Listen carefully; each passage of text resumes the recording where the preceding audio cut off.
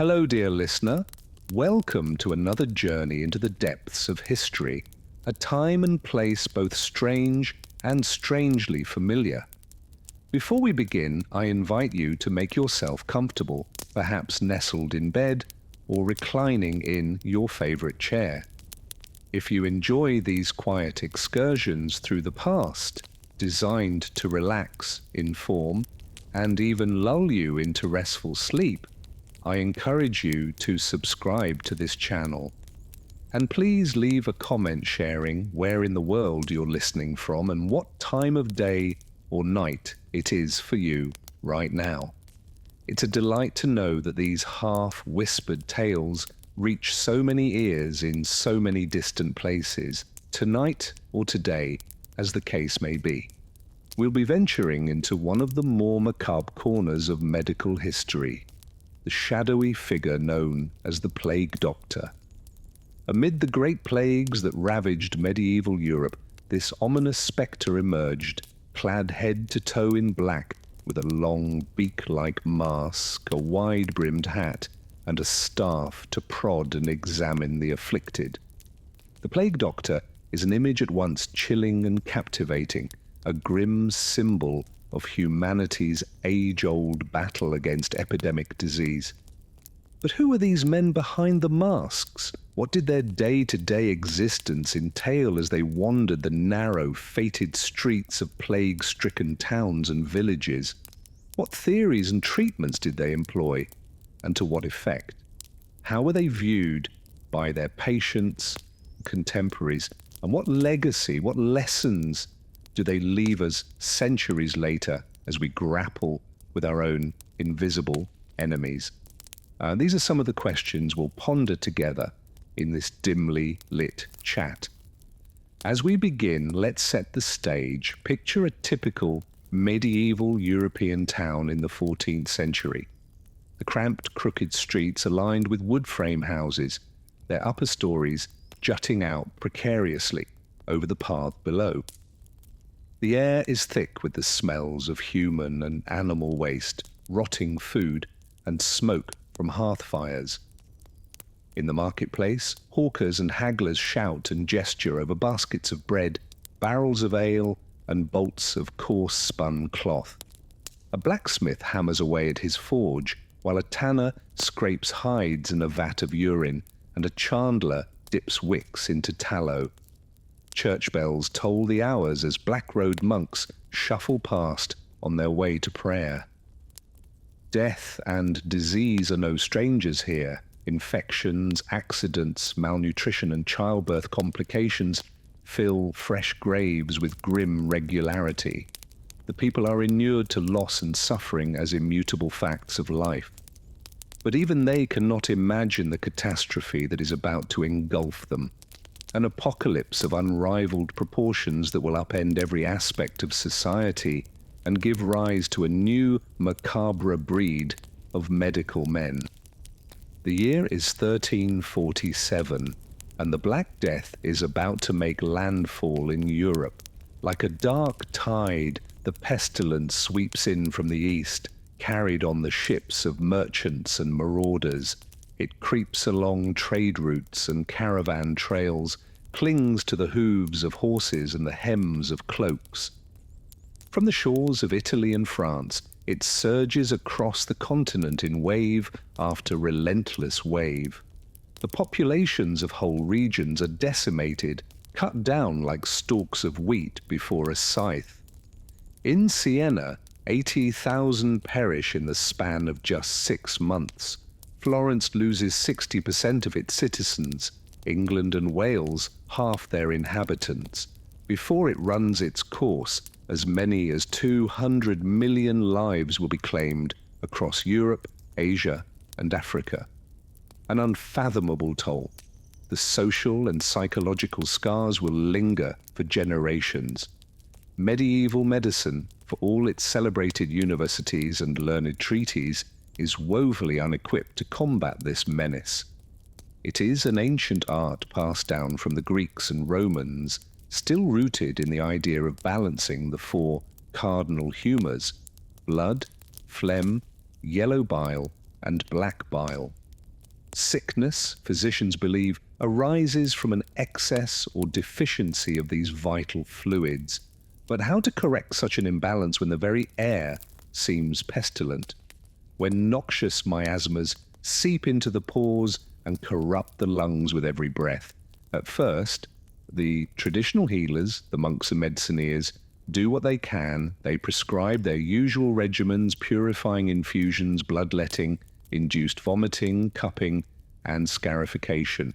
When these fail, as fail they must, they turn to increasingly desperate measures. Sufferers are bled until they swoon. Leeches are applied by the hundreds. Pickuses of onion and vinegar, arsenic and mercury are pressed onto weeping buboes.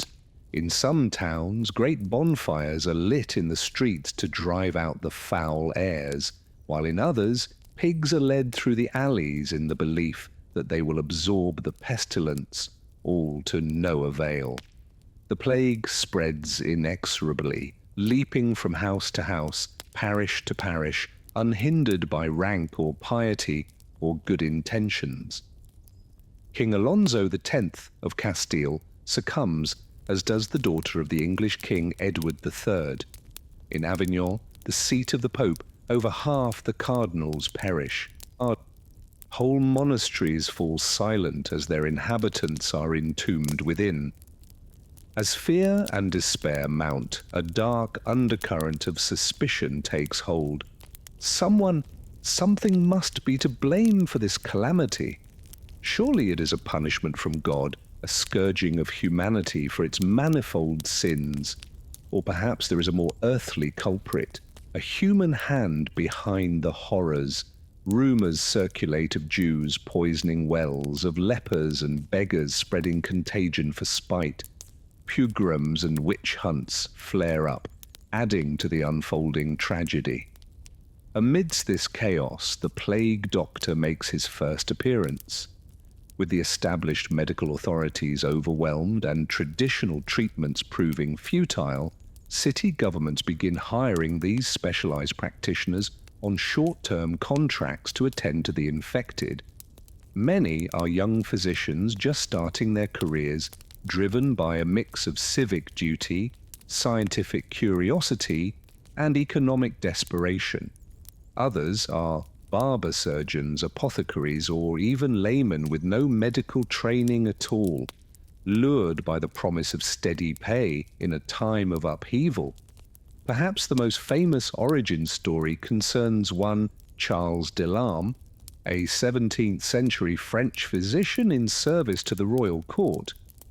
Delorme is often credited with inventing the iconic plague doctor outfit, though in truth similar protective garments had been in use for hundreds of years prior.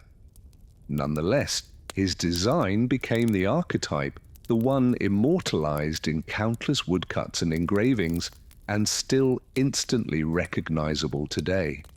Picture, if you will, this uncanny figure clad head to toe in heavy black oilcloth, the fabric stiff and glossy and reeking of wax. Beneath a wide-brimmed leather hat, a mask with glass eye openings and a long beak-like protrusion juts out, stuffed with straw, herbs and spices to filter the air.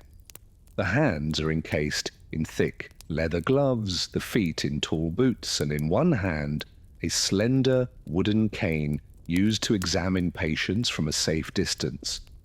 Imagine this spectral shape looming in your doorway as you lay fevered and writhing on a sweat-soaked cot, the moans of your family echoing from the next room, the stench of sickness and death inescapable. How terrifying and alien he must have appeared, this ominous emissary, as much a symbol of dread as of hope. In one account, a plague doctor is mistaken for the Grim Reaper himself and chased out of town by a mob. It's not hard to see why, yet beneath the oilcloth and behind the glass eyes were very human, very frightened men. They were not immune to the pestilence, and they knew it, hence the elaborate precautions. Many did it out of a sense of duty, feeling, as one surgeon wrote, that honor and conscience obliged them to lend their aid to the individuals and the people who had paid for and nourished their studies. Others, less altruistically, were drawn by the promise of generous wages in a destabilized economy. Some plague doctors made small fortunes, charging exorbitant fees to desperate towns. Others took bribes from bereaved families to falsify death certificates, marking the plague's victims as casualties of more mundane illnesses so they could be given proper burials rather than tossed ignominiously into mass graves. Of course, many paid the ultimate price themselves, succumbing to the contagion and adding their own corpses to the growing piles. So what did a typical day entail for these enigmatic figures? For some, the grim routine began even before dawn with a visit to the plague pits, those ghastly trenches where the dead were heaped like cordwood. Here, the plague doctor would examine any newly delivered bodies, documenting age, sex, apparent symptoms, and time of death for the city records. He would also oversee the body carriers, the night soil men tasked with hauling away the pestilent remains. Once the sun rose, the doctor would make his rounds, moving from house to house and street to street, his ominous silhouette heralded by the tolling of a bell and cries of, "Bring out your dead." He would knock at each door with the butt of his cane, calling for the sick to be brought forth. Then from a safe distance he would inspect the sufferers, taking note of fever, chills, buboes, blackened extremities. He would consult with whatever family remained, offering prognosis and prescribing treatments, and what treatments they were. Steeped in the ancient Greek notion of balancing the humours and with only the dimmest understanding of human anatomy, let alone germ theory, the plague doctor's arsenal was a grim collection of folk remedies, superstitions, and what can only be described as sanctioned quackery. Bloodletting by lancet or leeches was a mainstay thought to remove excess or bad blood. Likewise, purging with laxatives and emetics to void the body of imagined toxins. Buboes were pused or lanced, and oozing wounds cauterized with boiling oil or red-hot irons. Other cures were even more outlandish. Mercury and arsenic compounds were prescribed on the theory that cures like crushed emeralds and pearls were administered as tonics. Potions of ground unicorn horn were sold for exorbitant sums. Plague waters containing everything from trial to the pus of dead buboes were hawked as cure-alls. One concoction, the famous theory, contained over 60 ingredients including viper flesh, opium, and cinnamon, and had to be aged for years like a fine wine. Of course, none of it worked, or rather nothing worked consistently or predictably. Some sufferers did recover, whether due to natural immunity, sheer chance, or perhaps the occasional lucky remedy that stumbled upon a legitimate curative property. But the vast majority succumbed, their agonies compounded by the ministrations of their masked attendants. Yet the plague doctors soldiered on, driven by duty, desperation, or delusion. They sustained themselves however they could. Some with drink or opium, others with gallows humour or grim fascination at the bodily ravages they witnessed. A rare few, like the Italian poet-physician Michele Savonarola, found solace in writing, leaving behind harrowing accounts of their experiences. I examined the bodies of the dead, inspected the entrails, and observed the fluids. Savonarola wrote, I opened many corpses. I did not fear death. I served the sick with constancy, and I learned much from these cases. Among the ranks of these dark angels were a few figures who achieved a measure of renown, or at least notoriety, in their own time. Perhaps the most famous was Nostradamus, the French astrologer and reputed prophet who began his career as a plague doctor in the 1520s. For years, he tended to the stricken in Provence, allegedly pioneering a rose pill of his own devising, the ingredients of which are now lost. While some hailed him as a miracle worker, others accused him of sorcery and Satanism. Ultimately, Nostradamus left medicine behind to devote himself to the occult arts, for which he is now remembered. Another notable figure was Paracelsus, the Swiss-German philosopher and physician who rejected the traditional humoral theories in favor of a more alchemical approach. Paracelsus saw the plague as a poison that could be countered with other poisons, including mercury and arsenic. He also championed the use of opium to relieve suffering, a practice that earned him both praise and condemnation. Though he himself succumbed to the plague in 1541, Paracelsus's ideas helped to challenge the stale orthodoxies of medieval medicine. Lesser-known plague doctors made their marks in other ways.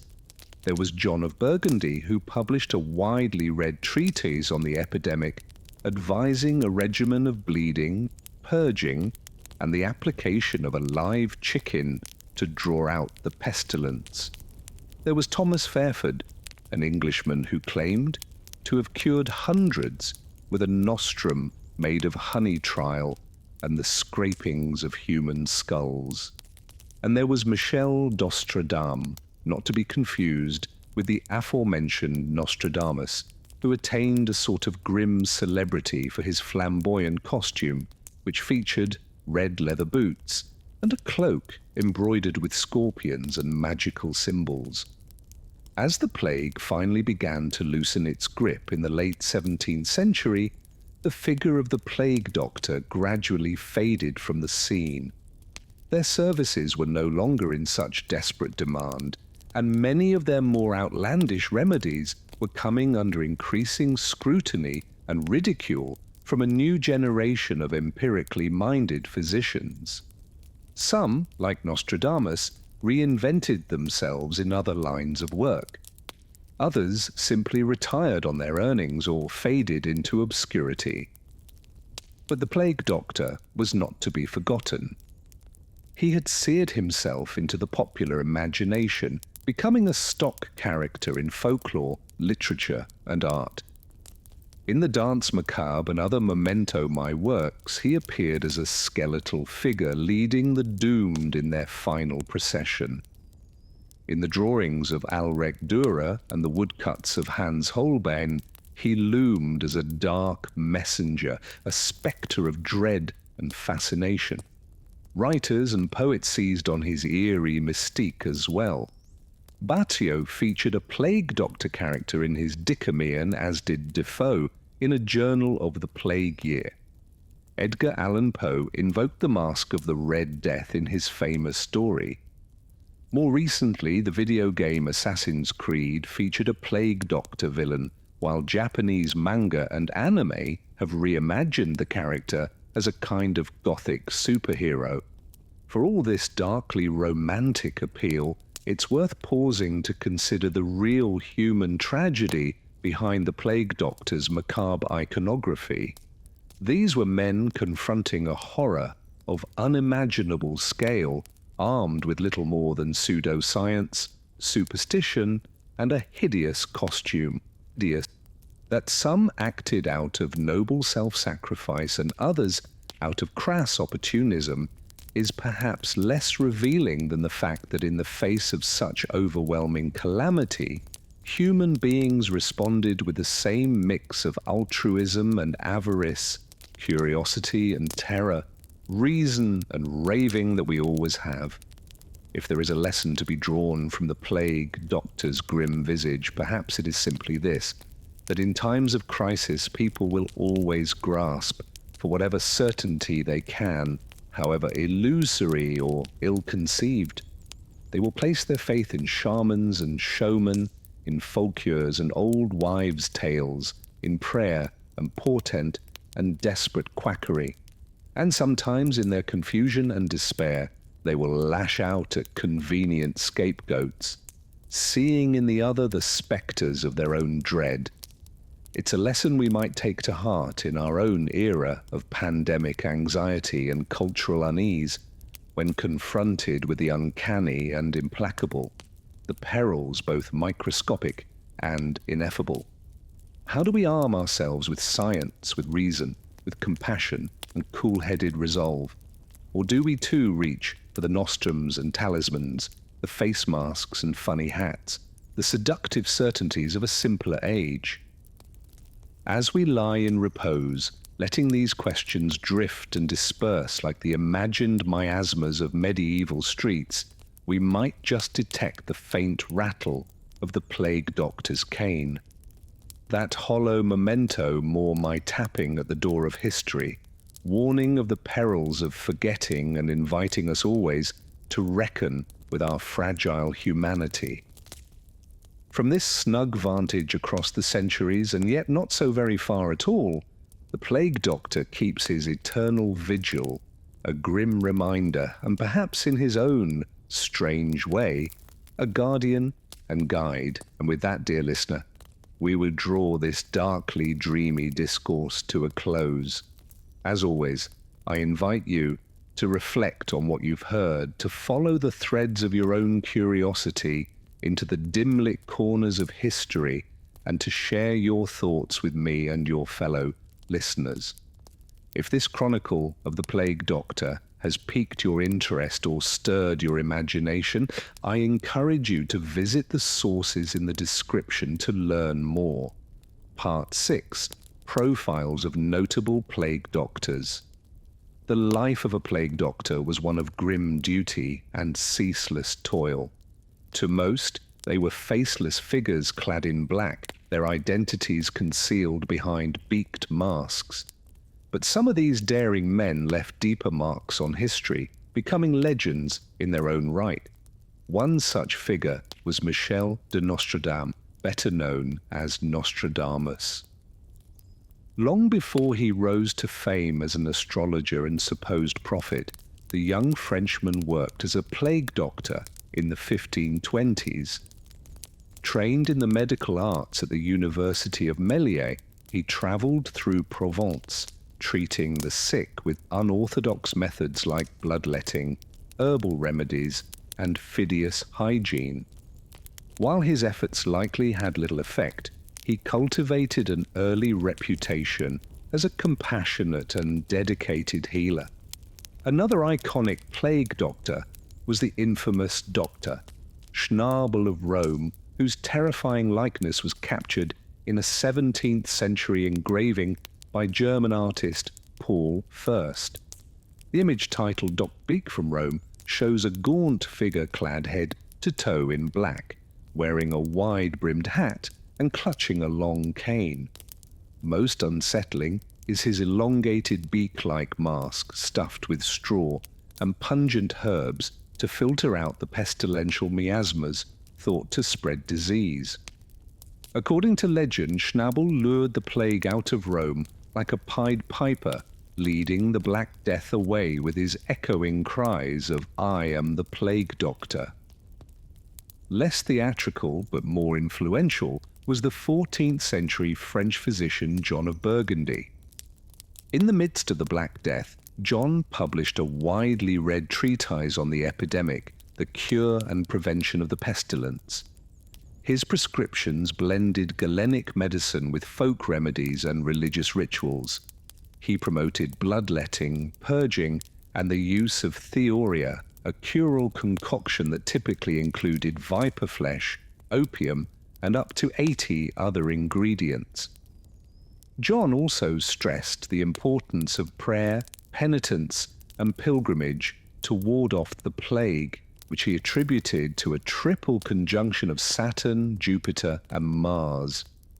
While John's remedies had little effect on the implacable bacterium behind the plague, his writings shaped the medieval medical response to the greatest health crisis in European history.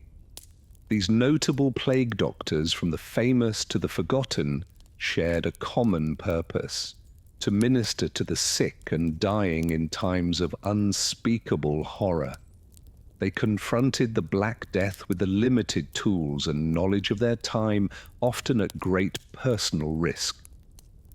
Some, like Nostradamus, went on to greater fame in other pursuits.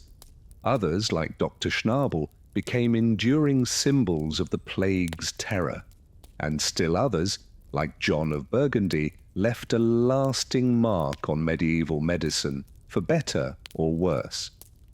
While the efficacy of their treatments was doubtful, their bravery and determination in the face of a pitiless foe remains a testament to the timeless resilience of the human spirit. Part 7. The Plague Doctor in Art and Literature. As the Black Death raced across medieval Europe, it left a grim imprint on the arts and culture of the time. Few images better captured the morbid spirit of the age than the Plague Doctor with his ominous beaked mask, black robes, and aura of death. This chilling figure soon became a stock character in medieval and Renaissance art, appearing in manuscript illustrations, woodblock prints, and haunting oil painting. One of the most famous artistic representations of the Plague Doctor can be found in the Danse Macabre, or Dance of Death.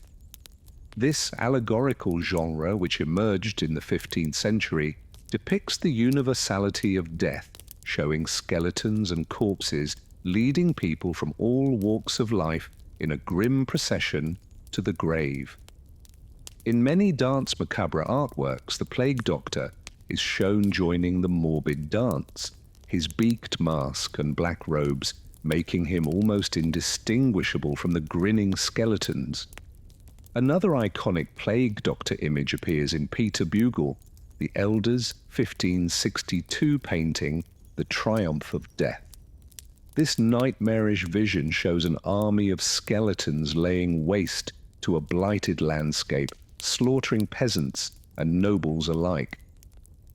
In the center of the canvas, a gaunt Plague Doctor examines a dying man, his beak-like mask giving him the appearance of a monstrous bird of prey.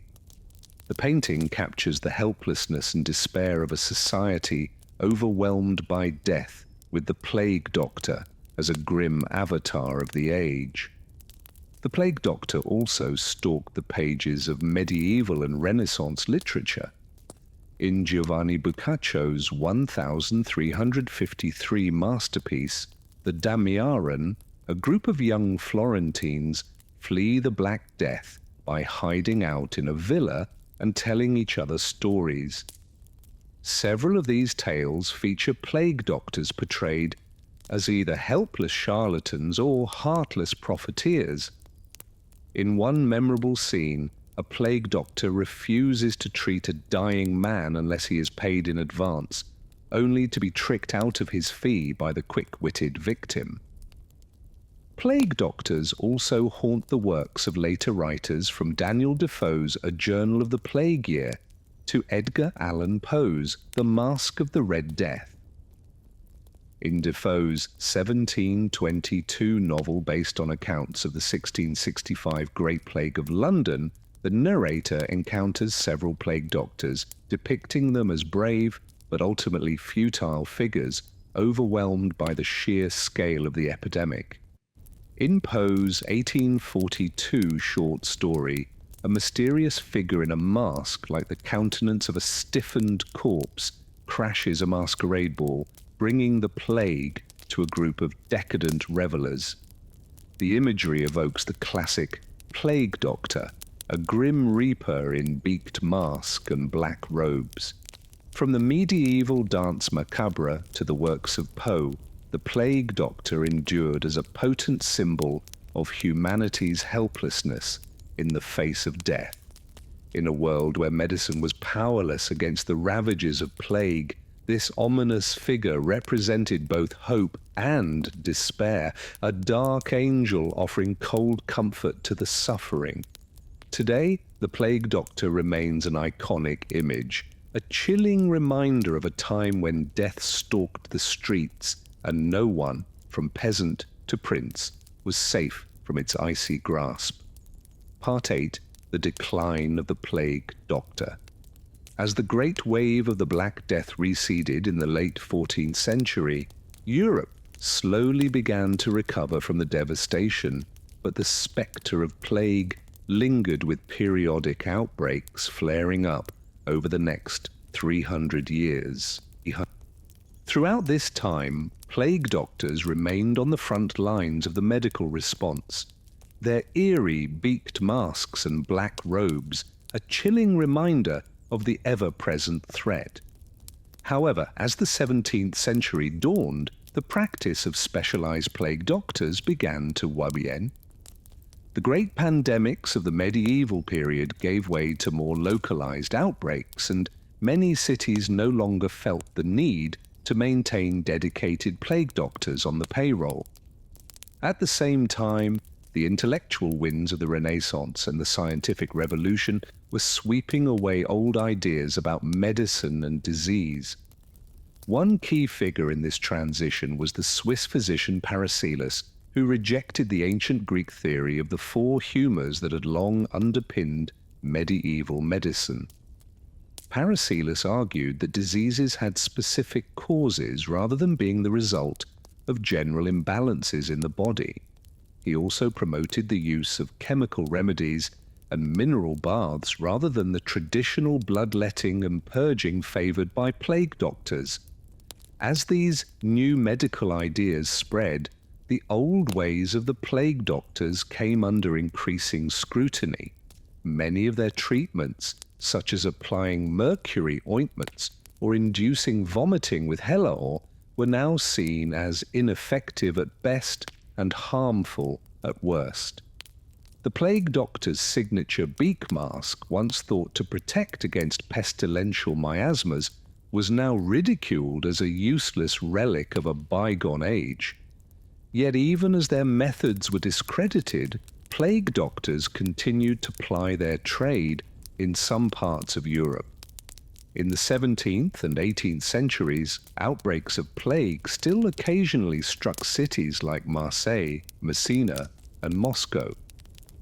In these times of crisis, local authorities still turned to the familiar figure of the plague doctor, with his beaked mask and black robes to tend to the sick and dying. One of the last known plague doctors was Jean-Jacques Paul, who served in Marseille during the Great Plague of 1720. Paul was a distinguished surgeon who had studied under the famed anatomist Guillaume Deneur. When the plague struck, Mao donned the traditional plague doctor's garb and worked tirelessly to treat the sick, earning widespread praise for his dedication and skill. However, Paul's success was the exception rather than the rule. By the late 18th century, the plague doctor had largely faded into history, a relic of a darker time when death stalked the streets and medicine was powerless to stop it. The last recorded appearance of a plague doctor in Europe was in 1819 during an outbreak of cholera in Cephalonia, Greece. After that, the beaked mask and black robes of the plague doctor were consigned to the realm of history and legend. Today, the plague doctor lives on mainly as a haunting image in art and literature, a symbol of the grim realities of life in a time before modern medicine. In an age of antibiotics and vaccines, it is hard to imagine the terror and despair that gripped medieval Europe during the Black Death. But the plague doctor remains a chilling reminder of a time when death was always just a breath away and humanity struggled to find hope in the face of an implacable foe. Part 9. Evaluating the plague doctor's legacy. Looking back from the vantage point of the 21st century, it is easy to dismiss the medieval plague doctor as a hopeless quack peddling futile remedies in the face of an unstoppable disease. And indeed, it is true that many of their treatments, from bloodletting to mercury ointments, did little to stem the tide of the Black Death. Some plague doctors were undoubtedly charlatans or profiteers, exploiting the desperation of a society in crisis for personal gain. Yet, to simply write off the plague doctor as a historical curiosity or a cautionary tale would be to miss the deeper significance of their legacy. In a time of unimaginable horror and suffering, these brave men and women stepped forward to confront an enemy that no one understood and few could escape. They did so with little knowledge of the true nature of the disease they faced, armed only with the limited tools and theories of medieval medicine. In this sense, the plague doctor can be seen as a symbol of human resilience and compassion in the face of overwhelming adversity. At a time when many were understandably tempted to flee or hide from the contagion, the plague doctor chose to stay and fight, often at great personal risk. They tended to the sick and dying, offering what comfort and solace they could, even if their treatments were largely ineffective. Moreover, while the plague doctor's methods may have been misguided by modern standards, they represented the best medical knowledge of their time. The theory of the four humours, which held that disease was caused by imbalances in the body's fluids, had been the foundation of Western medicine since the days of Hippocrates. The plague doctor's signature beak mask, stuffed with sweet herbs to filter out bad air, was a logical extension of the prevailing miasma theory of disease.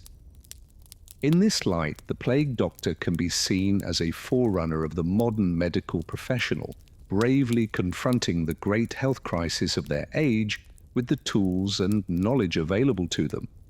Just as today's doctors and nurses have battled CO-19 with ventilators and experimental vaccines, the plague doctors of old fought the Black Death with leeches and pices, doing the best they could in the face of a terrifying unknown. Of course, the plague doctor was not a perfect hero. Like all human beings, they were a product of their time with all the flaws and limitations that entailed.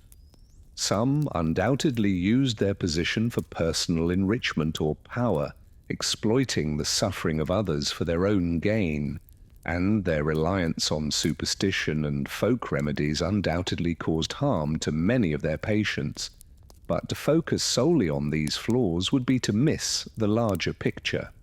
The plague doctor, for all their faults, represented a glimmer of light in a time of profound darkness.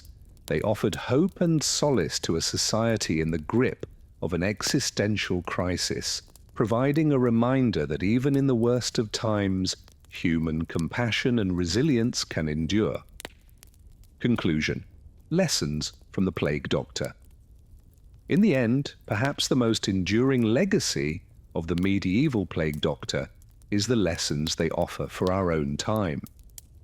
In an age of global pandemics, climate change, and social upheaval, the spectre of the plague doctor looms large, a reminder of the fragility of human life and the limits of our control over the natural world. Like the plague doctors of old, we too are confronting a terrifying and invisible enemy, armed only with the imperfect tools of our own time. And like them, we have seen the best and worst of human nature in the face of crisis. From acts of selfless heroism to the spread of misinformation and the exploitation of fear for personal or political gain. Yet the story of the plague doctor also offers hope. It reminds us that even in the darkest of times, there are always those who will step forward to serve and protect their fellow human beings. It shows us that progress is possible even in the face of overwhelming odds, and that the pursuit of knowledge and understanding can light the way through the darkness. Perhaps most importantly, the legacy of the plague doctor reminds us of the enduring power of human compassion and resilience.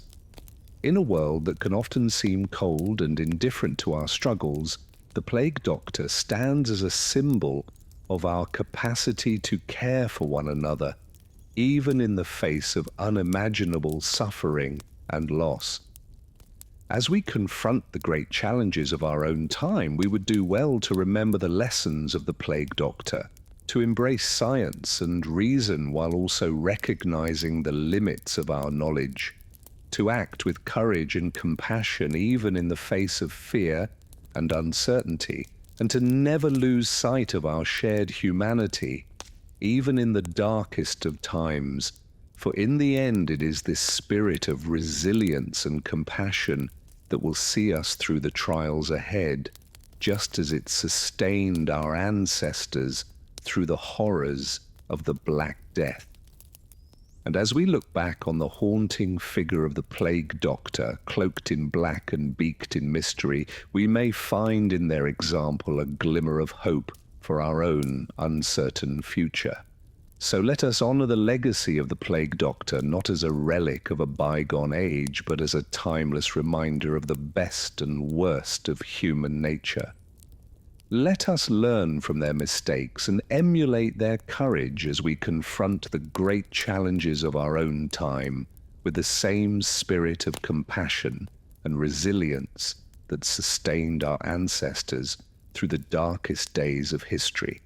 And let us never forget the lesson at the heart of the plague doctor's story, that even in the face of the greatest horrors and the deepest despair, the human spirit endures unbroken and unbowed, a testament to the unquenchable resilience of the human heart. With that, our journey through the haunting and enigmatic world of the medieval plague doctor comes to a close.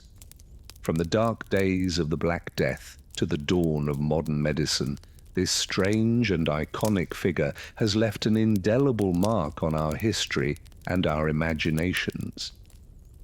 May their legacy endure not as a grim reminder of a bygone age, but as an enduring symbol of the human capacity for courage, compassion, and resilience in the face of the darkest of times. And may their story continue to inspire and enlighten us as we navigate the challenges and uncertainties of our own era with the same spirit of hope and determination that sustained our ancestors through the long centuries of the past. Thank you for joining me on this journey through the pages of history. I hope that this exploration of the life and times of the medieval plague doctor has been both informative and thought-provoking, and that it has shed new light on a figure who has long been shrouded in mystery and legend. Until next time, this is your humble guide to the fascinating world of history signing off. And remember, even in the darkest of times, there is always hope to be found in the enduring power of the human spirit. Part 6. Profiles of notable plague doctors. Among the ranks of plague doctors, a few intriguing individuals left a mark on history that endures to this day. Perhaps the most famous is Michel den Nostradam, better known as Nostradamus. Long before he achieved renown as an astrologer and prophet, the young Frenchman worked as a plague doctor in the 1520s and 30s. Nostradamus treated hundreds of patients during outbreaks in Melia and Aix-en-Provence, displaying a dedication that earned him the respect of locals. He even developed his own treatment called the rose pill, a herbal concoction that some credited with saving lives.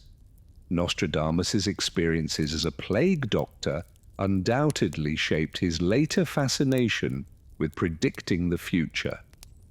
One wonders how the horrors he witnessed, bloated corpses, weeping sores, maddened sufferers, impressed upon his mind the precariousness of life and the ever-present spectre of death. In his famous prophecies, Nostradamus would go on to foretell numerous world-altering events and cataclysms, from the Great Fire of London to the rise of Hitler. Perhaps his visions of a bleak, pestilence, ravaged future began with the all-too-real nightmares of plague hospitals. Another iconic plague doctor was the enigmatic figure known as Dr. Schnabel of Rome. Though little is known about the real man behind the legend, Dr. Schnabel lives on in a famous 17th century engraving by German artist Paul Fürst. The haunting image shows the plague doctor in his full B regalia looming over a town strewn with the dead and dying. According to folklore, Dr. Schnabel could lure the plague out of a city by permitting it to cling to his waxed leather coat. He would then taunt and mock the disease until it slinked away in humiliation, leaving the town in peace. Of course, this tale of a heroic plague-baiting doctor is pure fantasy, but its popularity throughout the centuries suggests how desperate people have always been to find saviors in times of overwhelming sickness and death.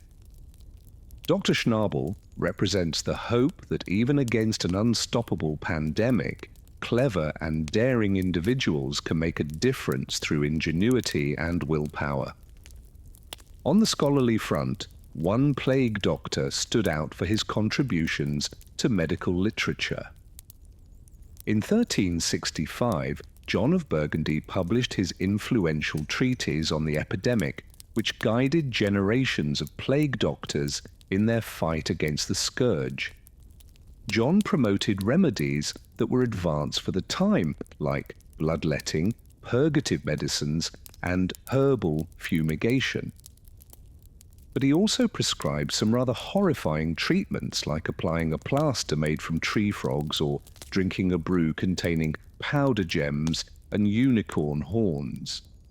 Most notorious was John's enthusiastic endorsement of thek, a cure all concoction brewed from dozens of ingredients, including viper flesh and opium. Thek had been around since ancient times, but plague doctors like John helped popularize it as a medicine for everything from stomach aches to the Black Death itself. Needless to say, it didn't work. But that didn't stop from remaining a staple of European apothecaries for centuries. Figures like Nostradamus, Dr. Schnarl, and John of Burgundy exemplify the complex legacy of the medieval plague doctor, men of learning and determination who fought an existential battle armed only with crude tools and pseudoscience. Opportunists and hewers who profited from panic and gullibility with macabre flair. Symbols of both selfless sacrifice and the dangers of unchecked quackery. Through it all, their compelling stories continue to fascinate us and illuminate a dark yet pivotal chapter in human history. Part 7, The Plague Doctor in Art and Literature. For an enigmatic, short-lived medical profession, plague doctors cast a long shadow over the artistic imagination. Their iconic beaked visage crops up again and again in medieval and Renaissance art, often as a grim symbol of the omnipresence of death. One of the earliest known representations is a 15th century French illuminated manuscript showing a hawk-like plague doctor looming over a sick bed. The sinister figure points an accusatory finger at the dying patient, as if condemning them to their fate. This association between plague doctors and the inescapable spectre of mortality reached its apex in the Danse Macabre, or Dance of Death. A common motif in late medieval artwork, the Danse Macabre depicts characters from all walks of life, kings, peasants, bishops and children being led to the grave in a morbid conga line, and who gleefully presides over this ghoulish scene. None other than the plague doctor, skeletal and beaked, ushering souls into the afterlife with a bony hand. Plague doctors also haunted the edges of Renaissance masterpieces like Peter Bruegel's famous painting, The Triumph of Death. Amidst the apocalyptic hellscape of rampaging skeletons and burning ships, a plague doctor can be spotted nonchalantly strolling through the chaos, unperturbed by the wholesale destruction around him. Here, the plague doctor almost merges with the figure of death itself, an implacable agent of doom, calmly going about his business. In literature, plague doctors often embody the darkly comedic absurdities of a world turned upside down by pandemic. Boccaccio set the template in his Dameron, which follows 10 young Florentines as they escape the Black Death and pass the time telling bawdy tales. The first story centers on the pompous doctor, Simone Dela, a quack who claims he can diagnose patients just by looking at their urine. When a prankster switch samples as a joke, hilarity ensues as the clueless doctor reads the ailments of a pregnant woman in a man's pee. Other writers deployed plague doctors as more tragic figures like Daniel Defoe in his pioneering novel, A Journal of the Plague Year. Though not a central character, Defoe's fictional physician, Dr. Heath, somberly dispenses advice and attends to the mounting dead with stoic resolve. He represents the futility of human efforts against an indomitable plague, but also the necessity of perseverance in the face of hopelessness. The image of the plague doctor reached its most romantic and macabre zenith in the works of Edgar Allan Poe. Poe name dropped plague doctors in several tales, most famously in The Masque of the Red Death. In this story, Prince Prospero and his nobles attempt to seal themselves off from a hideous pestilence in a Gothic abbey. At a climactic masquerade ball, a mysterious guest arrives dressed in funeral robes and a bloody-beaked mask, the Red Death incarnate as a plague doctor. One by one, the horrified revelers succumb to the disease, realizing too late that death comes for us all. From medieval manuscripts to the genius of Poe, plague doctors endure in our artistic memory because they so hauntingly fuse the identities of healer and harbinger of doom. With their ominous garb and prophetic presence, plague doctors have always been ready-made metaphors for the allure and terror of mortality. Even today, they remain a visual shorthand for our deepest fears of contagion, isolation, and the unknown. Part 8. The Decline of the Plague Doctor.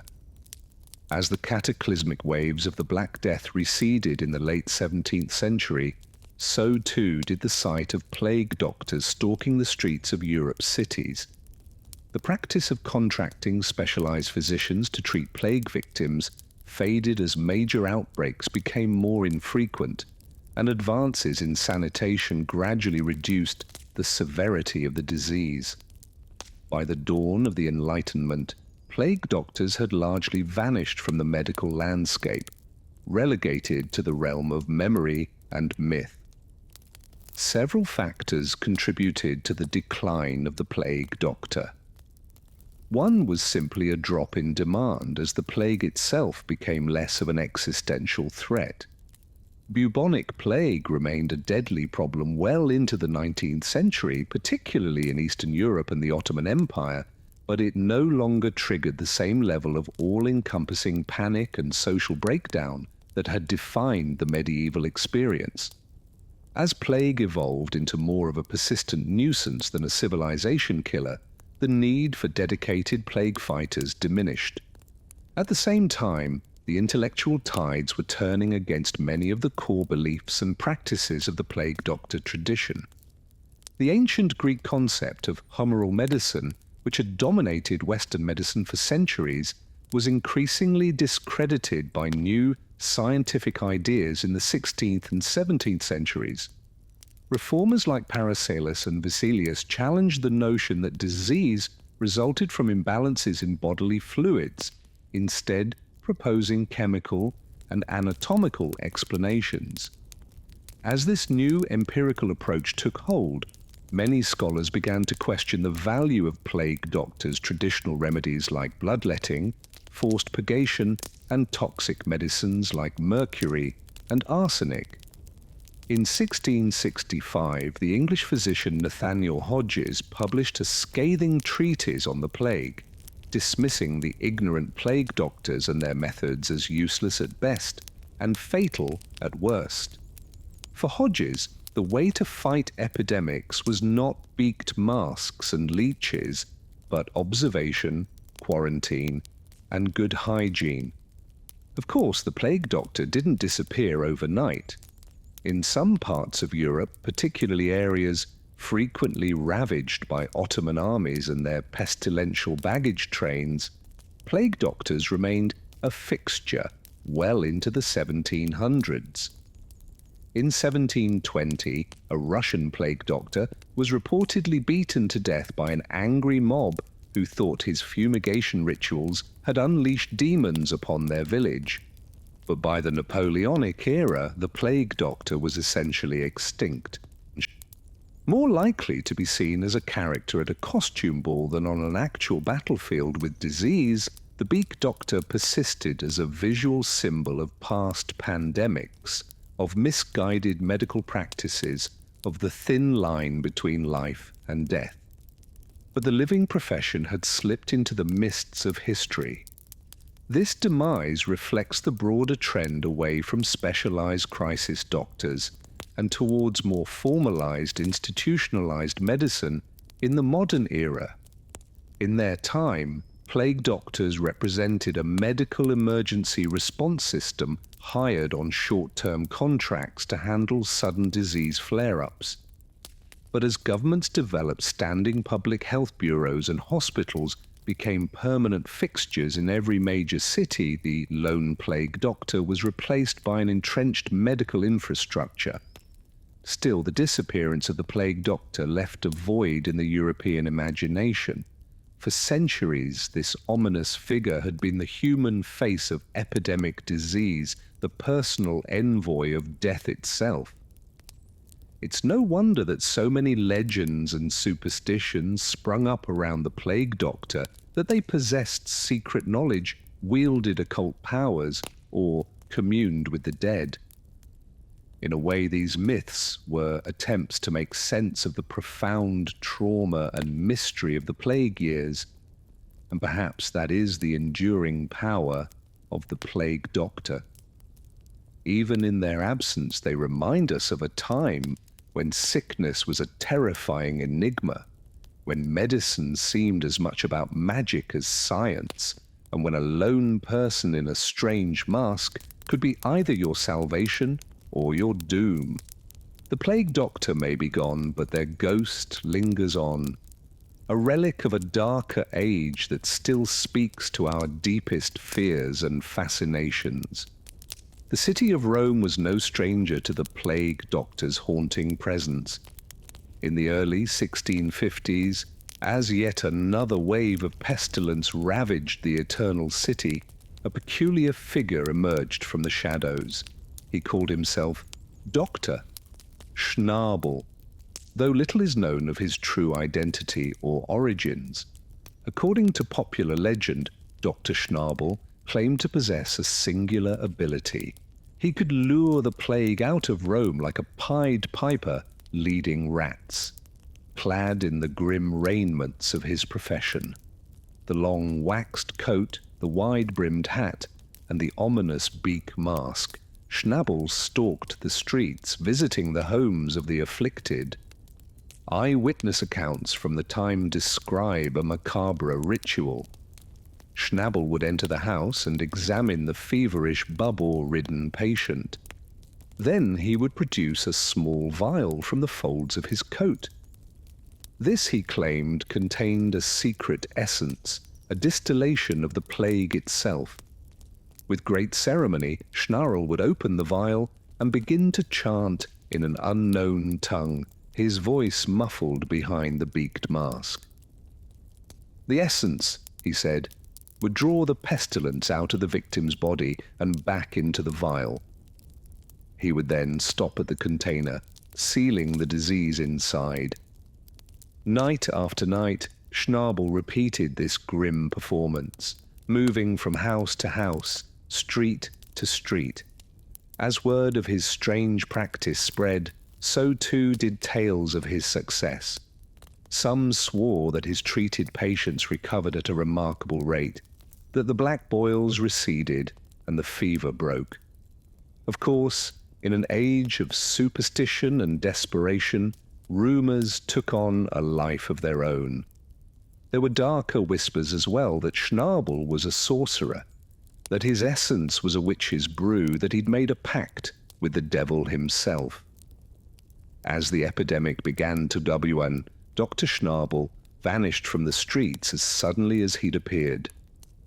Some said he left Rome, others that he succumbed to the very plague he fought. Still others whispered that he never existed at all, that he was a mass delusion born of collective terror and grief.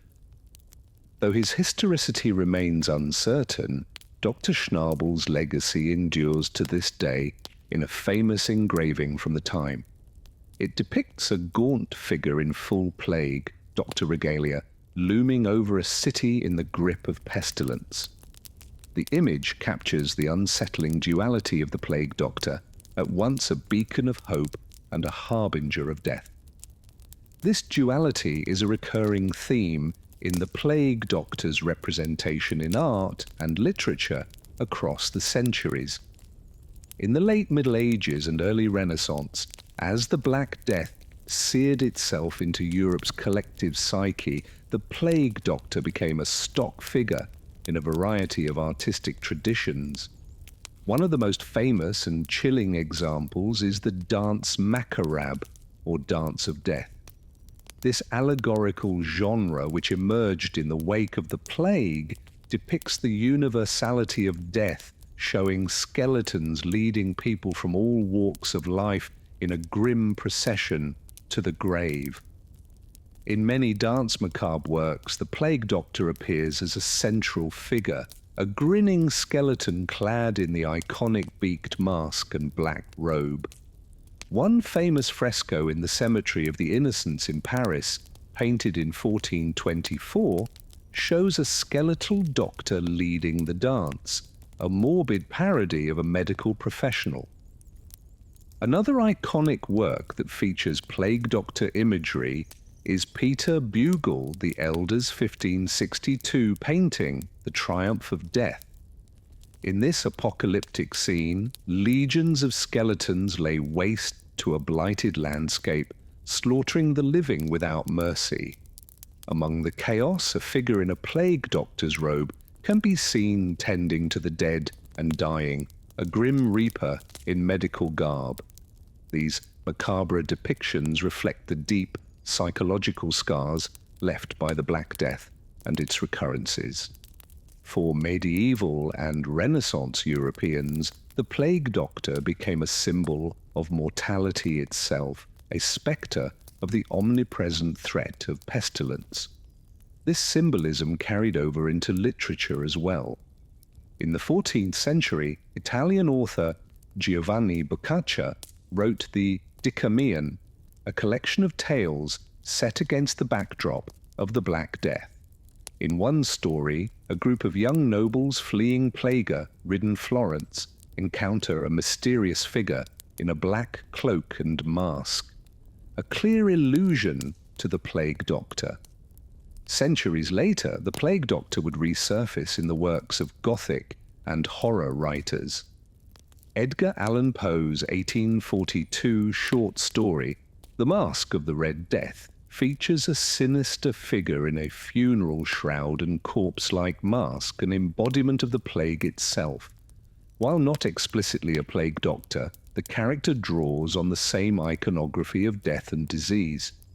In more recent times, the plague doctor has been reimagined in everything from steampunk novels to video games, a testament to the enduring power of this macabre symbol.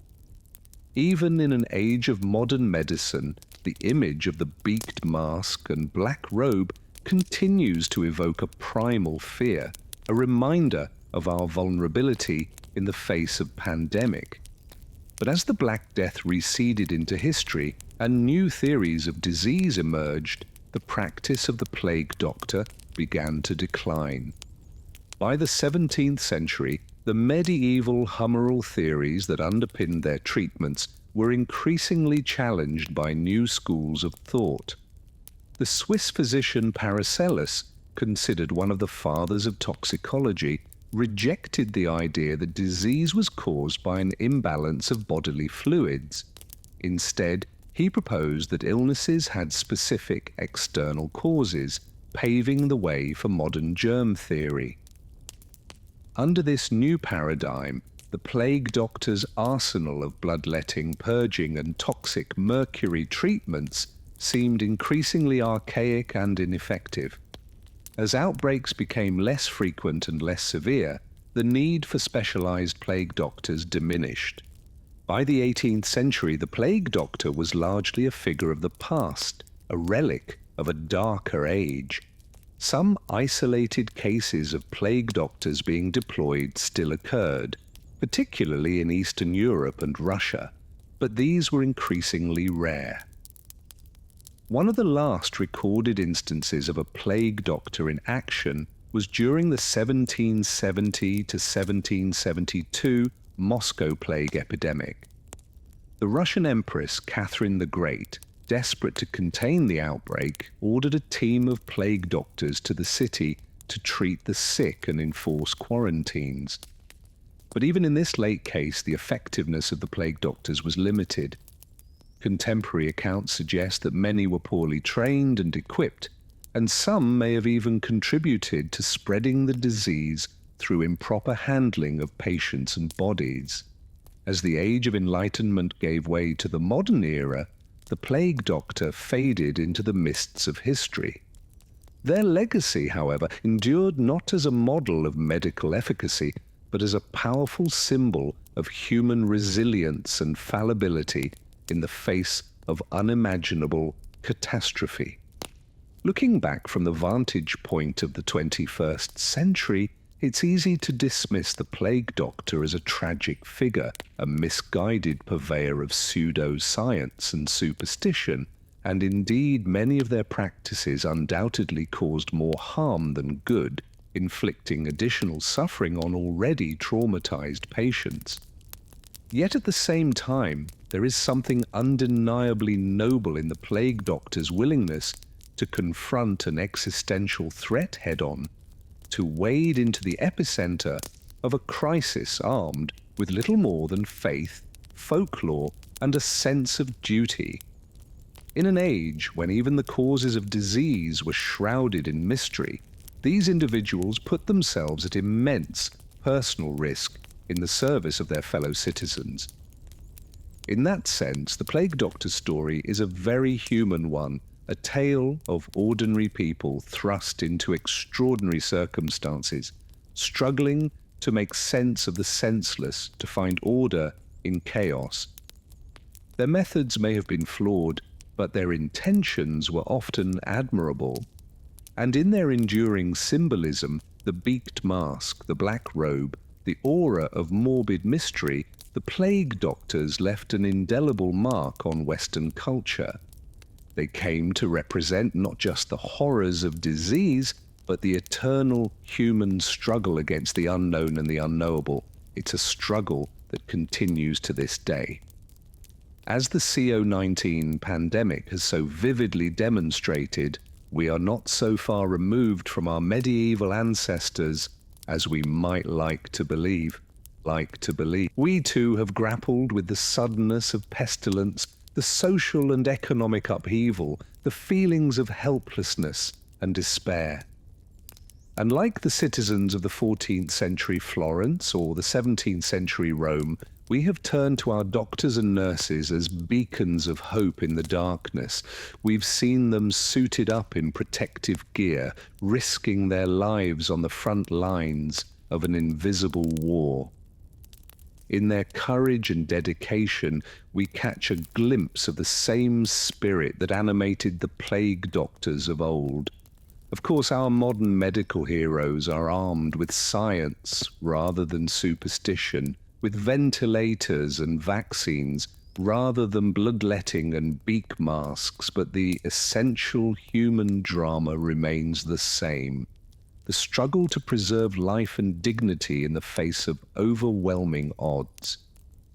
In that sense, the story of the Plague Doctor is not just a morbid curiosity from a bygone age. It's a mirror held up to our own time, a reminder of the fragility of life and the enduring power of the human spirit. As we look back across the centuries, we can see in the Plague Doctor a reflection of our own fears and hopes, our own strengths and weaknesses. And in their haunting, iconic image, we find a symbol of the indomitable will to persevere even in the darkest of times. So perhaps the true legacy of the Plague Doctor is not found in the annals of medical history, but in the resilience of the human heart. In the face of unimaginable horror, these strange, brave figures stood their ground, offering what comfort and hope they could. And in doing so, they etched themselves forever into the collective imagination. A testament to the unyielding spirit that has carried humanity through its darkest hours. As we navigate the uncertainties of our own time, we could do worse than to remember the Plague Doctor's example, not as a model of medical best practices certainly, but as an emblem of the courage and compassion that shines through in moments of crisis. For as long as there is breath in our lungs and love in our hearts, we will continue to face down the spectres of disease and despair, just as the Plague Doctors did centuries ago. And in that defiant act of hope, we keep alive the flame of human resilience that has burned through the ages, a light that no darkness can extinguish.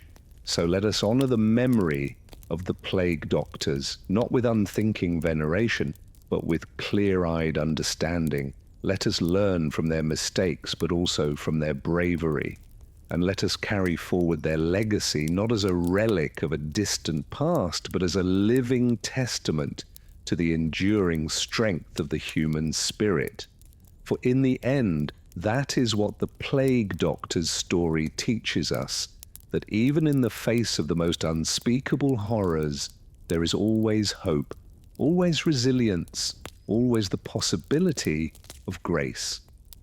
And that is a lesson that echoes through the centuries, a light that guides us through the darkest of times, and a reminder of the unbreakable bonds of our shared humanity. As we lay our heads down to rest, let us carry that lesson with us into our dreams. Let us find comfort in the knowledge that no matter how dark the night may seem, dawn will always come. And let us face the challenges of our own time with the same courage and compassion that animated the Plague Doctors of old, secure in the faith that together we can weather any storm. As the grim spectre of the Plague Doctor faded into history, their legacy would endure through art, literature, and folklore. For centuries to come, their haunting visage would continue to capture the imaginations of people across Europe and beyond.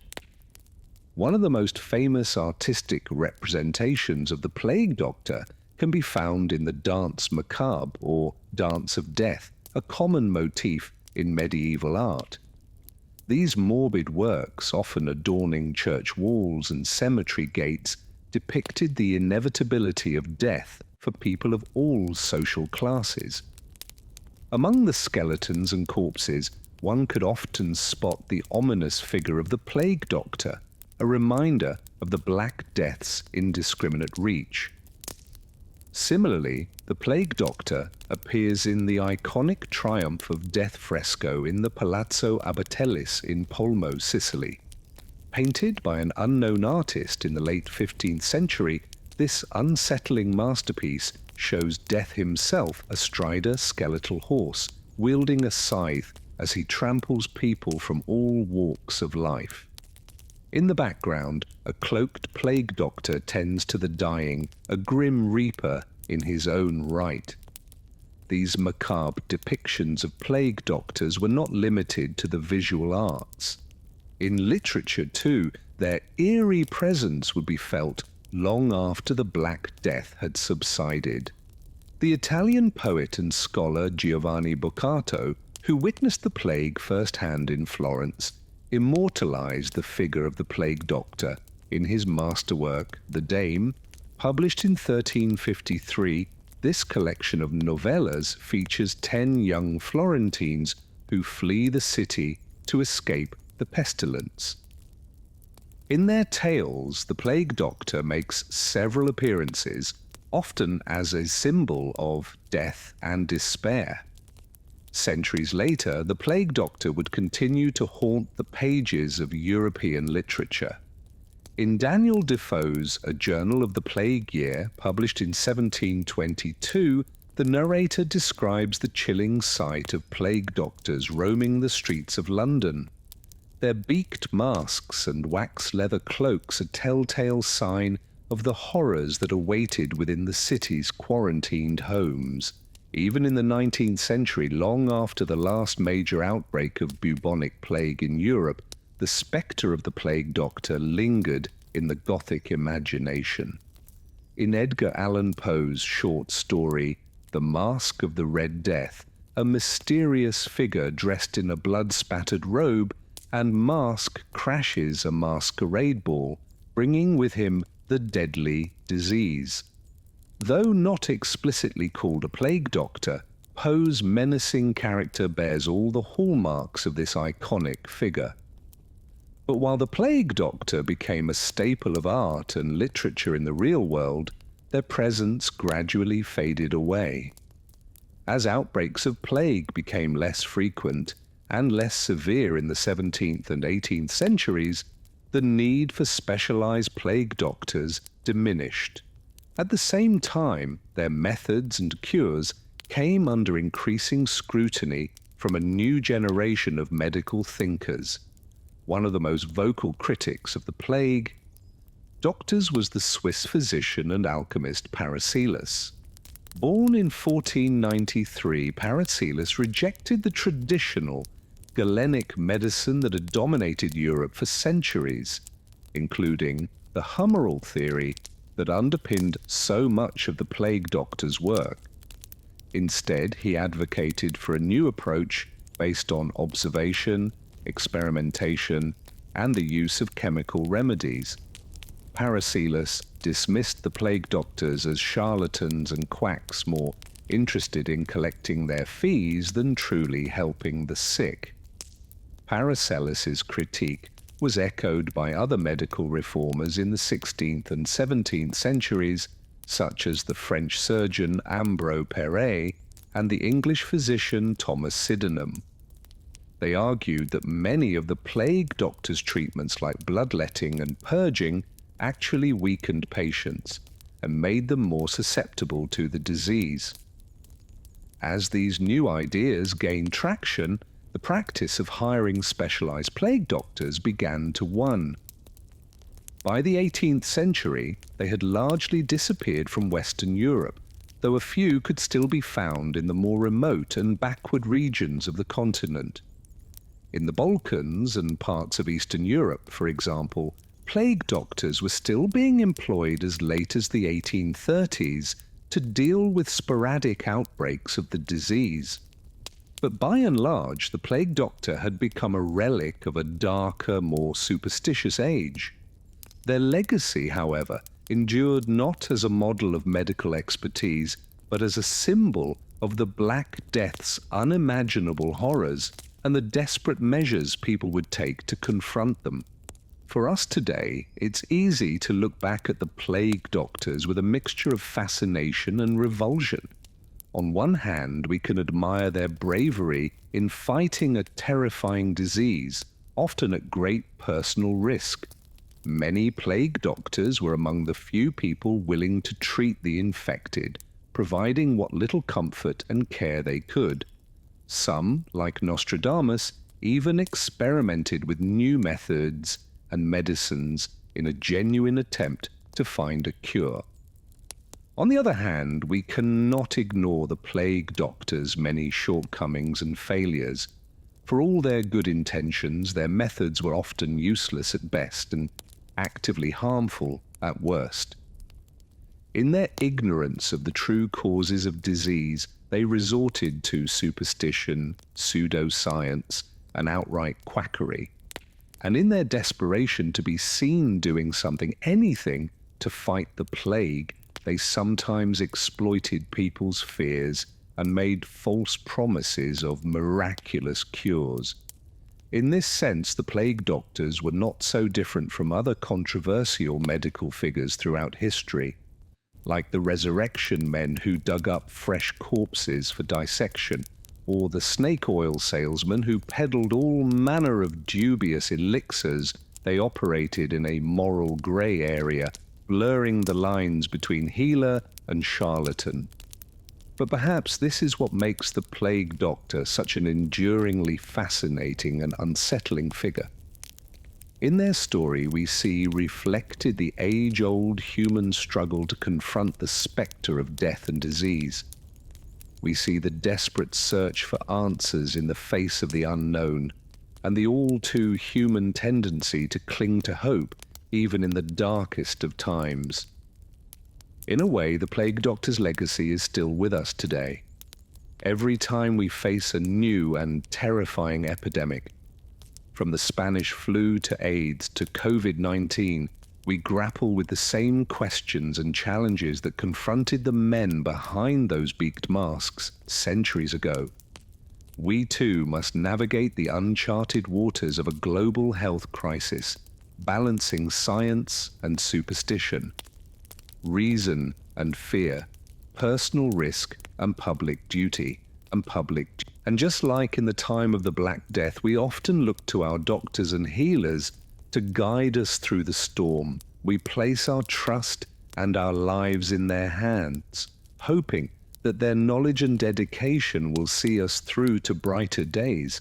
But as the story of the plague doctors reminds us that trust is a fragile and precious thing, it must be earned through rigorous science, compassionate care, and an unwavering commitment to the truth, even when the truth is difficult or frightening. For in the end, the lesson of the plague doctor is not about medicine or mortality, but about the eternal human struggle to find meaning and purpose in the face of the abyss. It is a reminder that even in the darkest times, there are always those who will step forward to light the way, imperfect and fallible though they may be.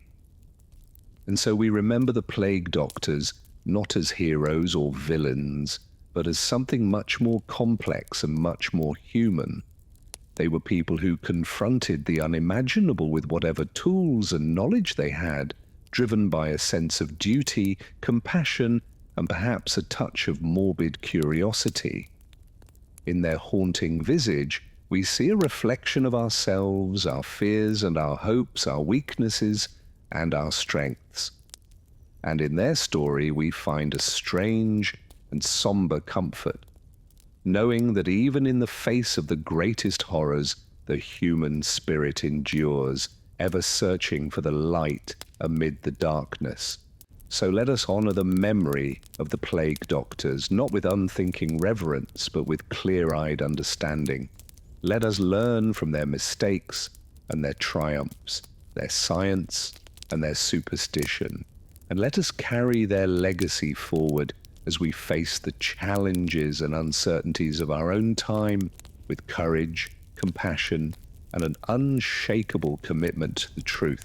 For in the end, the story of the plague doctor is the story of us all, a testament to the enduring human struggle to find meaning and hope in a world that is often cruel and indifferent.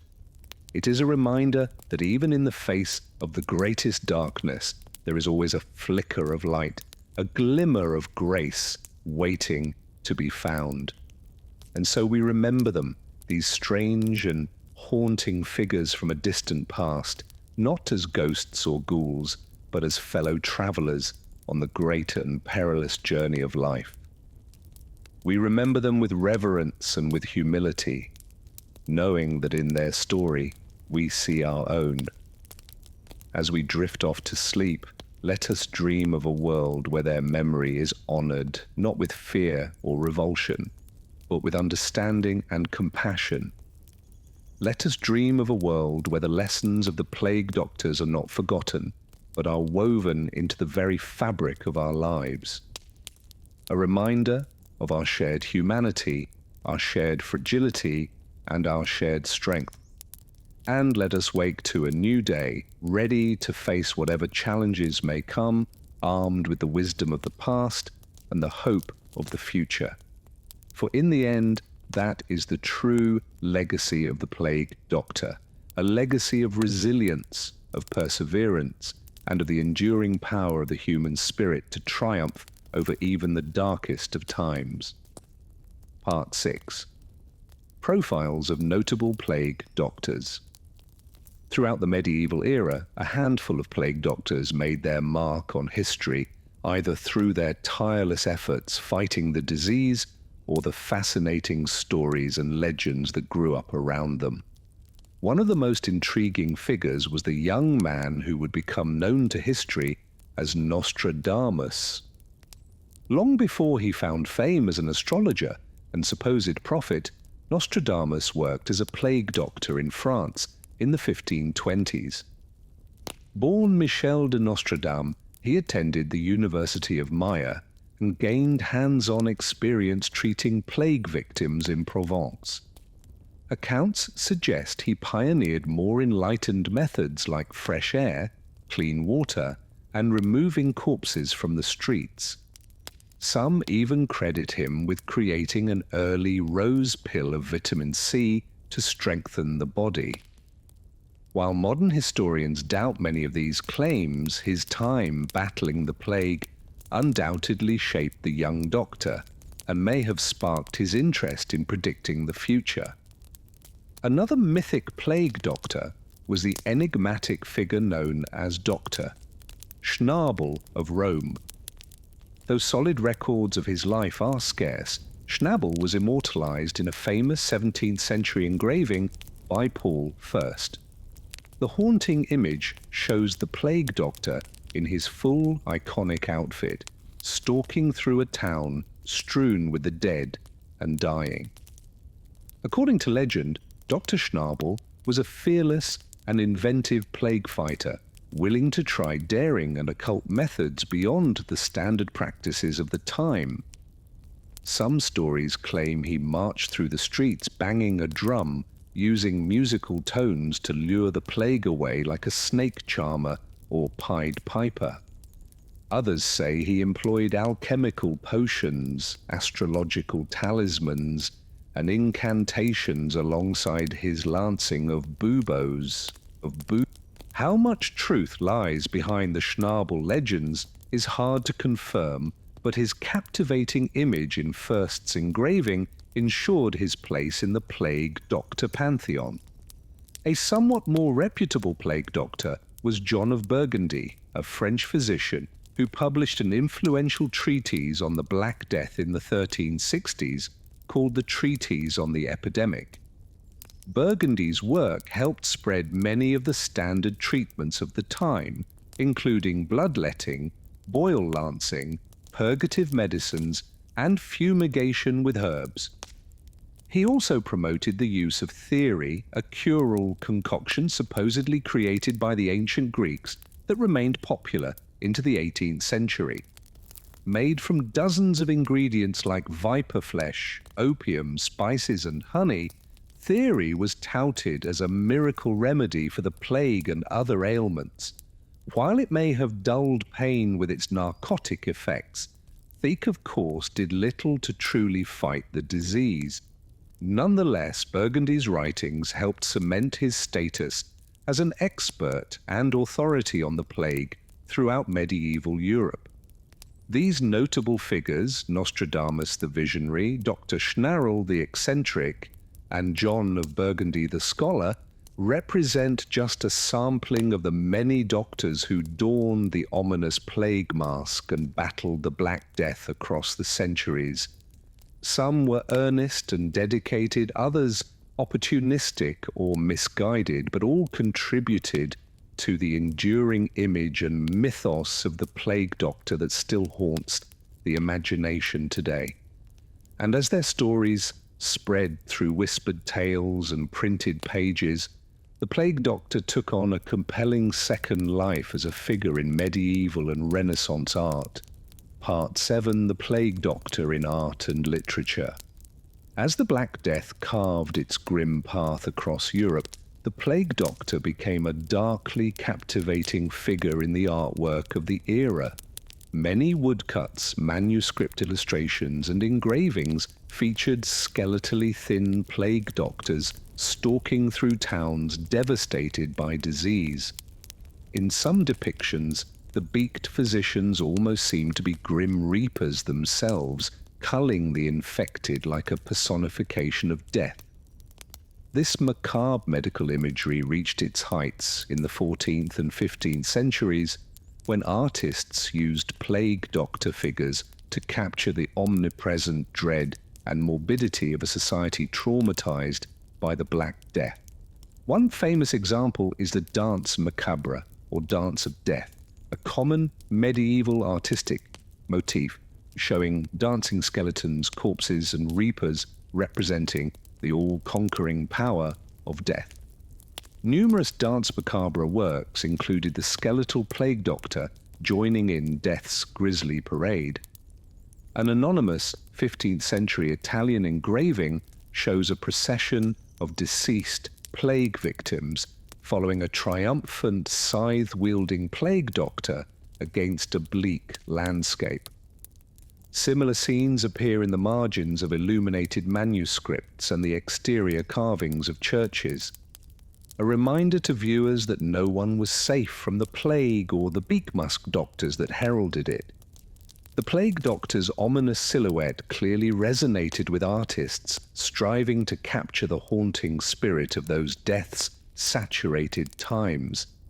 Plague doctors also endured as a literary figure long after the Black Death's peak in the 14th century.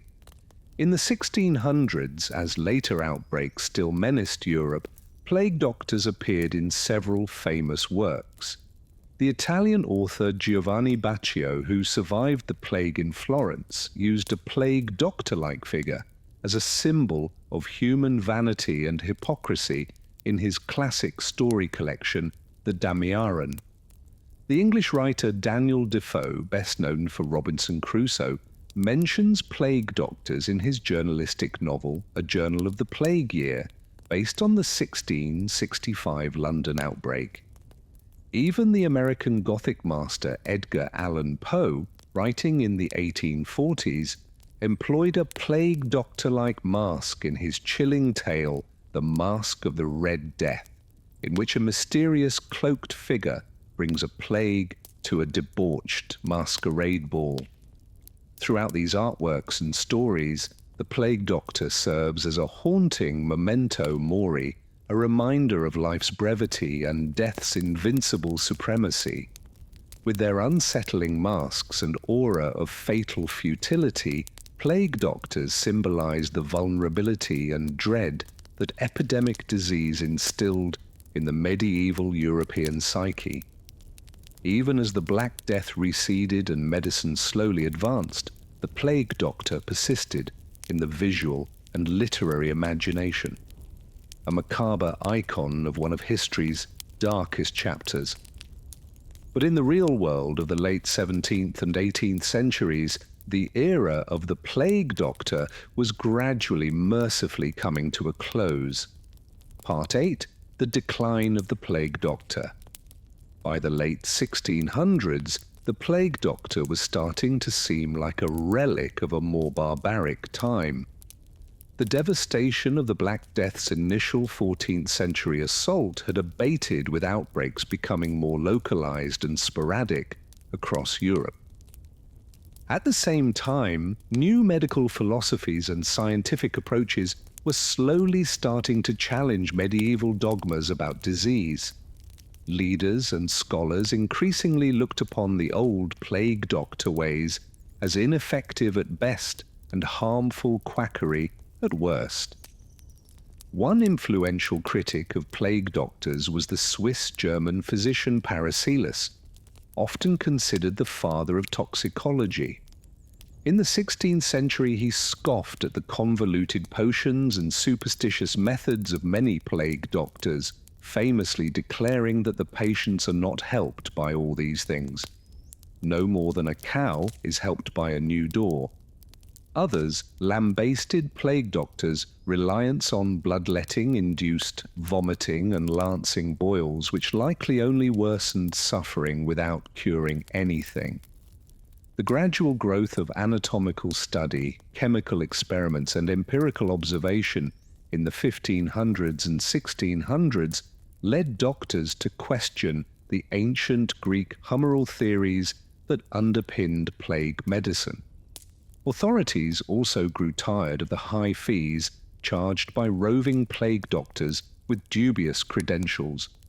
By 1650, most major cities ceased hiring special plague doctors on lucrative contracts, shifting that role to established municipal and royal physicians. The elaborate, expensive outfits worn by plague doctors started to disappear as an extravagance that offered more psychological comfort than real protection. Doctors increasingly emphasize quarantine, sanitation, and safer treatments like soothing syrups and pices rather than toxic peratives. The beak-masked wanderers of the medieval plague era faded away. Not that epidemic outbreaks ended altogether. Bubonic plague remained a deadly fact of life in many regions into the 19th century, especially in Eastern Europe and the Ottoman Empire. Major outbreaks still terrorized Seville, Marseille, and Moscow as late as the 1770s. In these later eras, a dwindling few plague doctors still plied their trade in modified garb. A Flemish engraving from 1656 shows one with a snout-like mask and a long leather cape. An 1819 Nuremberg document describes plague surgeons in wide-brimmed hats, goggles, and beak-nosed masks attending an outbreak in Ottoman lands. But by this time, the plague doctor was clearly more of an unsettling curiosity than a prevalent profession. As the age of enlightenment dawned and modern medicine developed, the old ways of the plague doctor slipped into the shadows of history. Their leather-cloaked forms and eerie masks largely vanished from the streets of Europe, relegated to the pages of storybooks and the nightmarish collective memory of the medieval world. But even as the living profession died out, the plague doctor persisted as a symbol, a chilling reminder of darker times when death walked openly among us. Their legacy remains as complex and layered as the mysterious potions and talismans they once carried from sick bed to mass grave. Part 9. Evaluating the plague doctor's legacy. Looking back from our modern medical vantage point, it's easy to dismiss the medieval plague doctor as a useless relic at best and a harmful fraud at worst. And to be sure, many of their methods, from bloodletting to mercury salves, likely caused far more suffering than healing. Desperate patients subjected themselves to all manner of gruesome and pointless treatments in the futile hope of cheating a deadly disease. Medical science was centuries from truly understanding. Yet, one can also see the plague doctor, especially in those first apocalyptic waves of the Black Death, as a strangely noble figure doing what little they could in the face of unimaginable horror. Many were brave volunteers and low-ranking surgeons risking their lives for civic duty, not just greedy charlatans or spotlight-seeking plague influencers. Some sources suggest the mortality rate for plague doctors was as high as 65%. It's unlikely their eerie outfits offered much real protection beyond some vague sense of psychological distance. They lived with the constant terror of catching the pestilence themselves, and often did. Like many crisis profiteers across history, plague doctors occupied a morally murky realm between service and exploitation. The best of them acted from a sincere desire to tend the sick and conduct the difficult duties others shunned, like examining corpses and tracking the plague spread. The worst were little better than resurrection men looting the dead, or snake oil hewers peddling false hope. Most plague doctors existed in the grey middle, scrambling to help as best they could while making a living from the only booming industry in a collapsing society. Were they courageous heroes or callous opportunists, genuine healers or costume frauds? The unsatisfying yet oddly fitting answer is yes. More than perhaps any other medical figure, the plague doctor symbolized the impotence and desperation of a humanity confronted by horrors beyond its control or comprehension. Or, despite all their education, experience, and arcane experiments, they could do virtually nothing to slow the relentless reaping of the plague. In an age of faith, even prayer seemed useless against such apocalyptic decimation. The sight of the plague doctor signaled to ailing patients that they were almost certainly doomed, if not from the disease, then from the grim masked figure stalking towards them. It's no wonder they endure as such a chilling spectre in our collective nightmares. Yet the plague doctors, in all their futility and strangeness, also embodied the undying human urge to confront our darkest fears and fight on against even the bleakest odds. They may have been wading into a battle they were certain to lose with weapons almost as likely to harm as to heal, but wade in. They did with the same mixture of courage, persistence, and mortality, defying self-delusion that has inspired healers in every pandemic before and since. We may rightly condemn their methods while acknowledging the humanity behind them. The best plague doctors let themselves believe that donning that ominous outfit and marching into the miasmas might save a precious few lives, or at least console the dying. Sometimes the most meaningful medicine is the kind that dares to hope when hope seems lost. That complex legacy of failure and resilience, desperation and resolve is what makes the plague doctor such an enduring and strangely compelling figure today.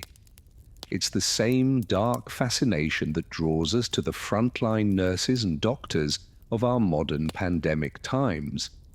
Their faces concealed behind the PPE that has become our era's emblematic medical mask.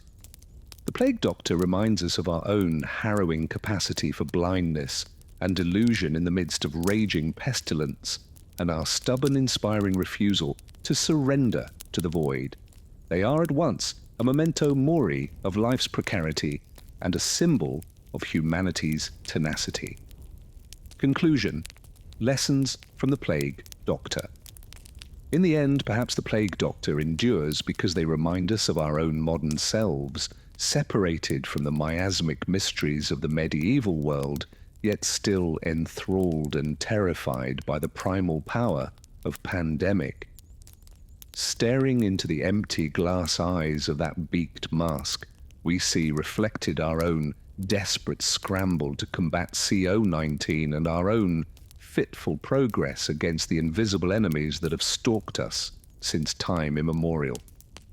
The differences in medical knowledge and technology, vast as they are, seem to collapse in the face of the eternal human realities of transmissible disease.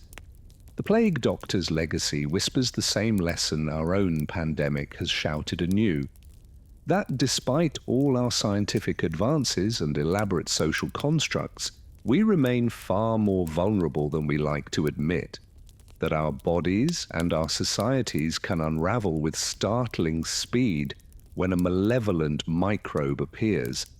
that our vaunted knowledge is always a step behind nature's most devilish curveballs, the plague is the ultimate humbler, as one modern biologist put it. It reminds us, like the plague doctor's looming silhouette, of how little control we truly have. And yet the plague doctor also symbolizes our indomitable capacity to fight on, however clumsily and imperfectly, against enemies we barely understand. They embodied the very human blend of fear and duty, superstition and science, helplessness and resolve that has marked medicine's eternal wrestle with infectious disease. From their flawed yet valiant efforts, we can draw inspiration to confront our own microbial nemesis with the same courage and persistence, even as we strive to avoid their worst mistakes. If the plague doctor was a symbol of medieval ignorance and suffering, they are also an icon of timeless human resilience and compassion. 500 years after the last plague doctor hung up their mask, we grapple with the same challenges that dogged them: the race for cures and containment, the arguments over lockdowns and liberty, the desperate improvisation and self-sacrificing service of doctors on harrowing front lines. Now as then, we are reminded that medicine, for all its technological triumphs, remains a deeply human endeavor, bound up with culture and emotion as much as reason and science. Healers then and now are only as effective as the tools and theories available to them, and only as wise as the frightened, fragile societies they serve. So let us remember the plague doctor in all their haunting ambiguity as a cautionary tale and an inspiration, an avatar of fatal ignorance and noble sacrifice, a mirror of our own halting struggle against the microscopic forces that have shaped human history more than any king or conqueror. They are a memento mori of life's tragic fragility in the face of untamable nature, and an icon of our stubborn refusal to submit to that cruel calculus. Most of all, they are an eternal reminder that even in our darkest, most diseased and death-haunted nights, there will always be those who take up the mask and dare to venture out to meet the pestilence head-on. As they did, so must we all. Part 6. Profiles of Notable Plague Doctors. In the annals of history, a few plague doctors stand out for their unique stories and contributions during times of unimaginable crisis. One such figure was Michel Nostradam, better known to the world as Nostradamus. Long before he gained renown as an astrologer and supposed seer, the young Frenchman worked as a plague doctor in the 1520s and 30s. Fresh from completing his medical studies at the University of Méliès, Nostradamus began treating victims of the bubonic plague.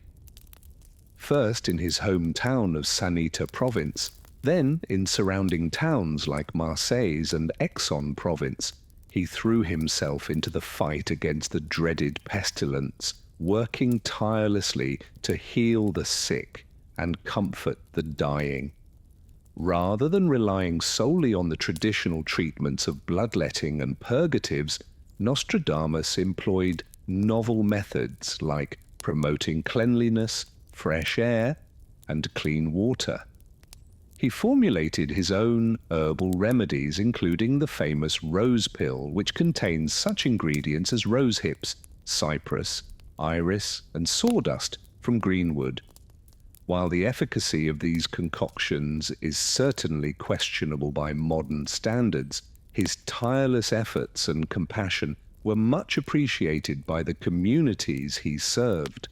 Local officials lauded him for his dedication, and he managed to survive the plague outbreaks himself, a testament to his knowledge of contagion prevention.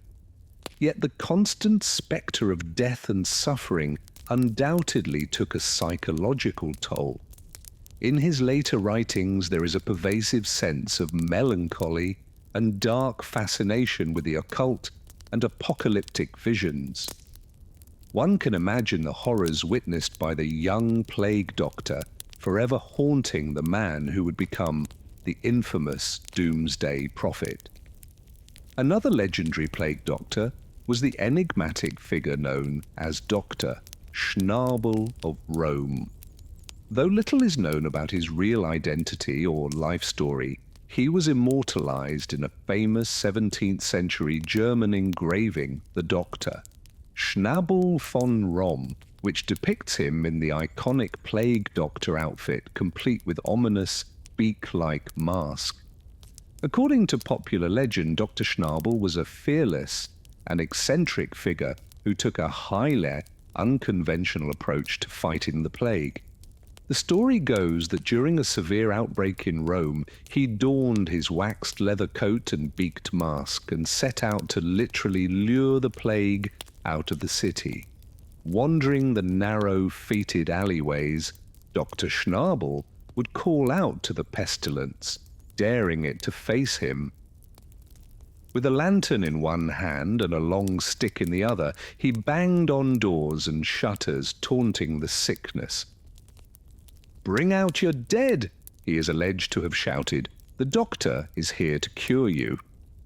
Whether the audacious Dr. Schnabel truly managed to draw the plague away, as the legend claims, is highly doubtful. But his story persisted as a source of grim fascination, a darkly humorous tale of one man's bold and bizarre attempt to confront the unconquerable. Not all plague doctors were such outsized personalities. Most were simply ordinary physicians or laymen doing their grim duty in harrowing times. One such figure was John of Burgundy, a 14th century French physician who left his mark on history not through wild tales or antics, but through his medical writings.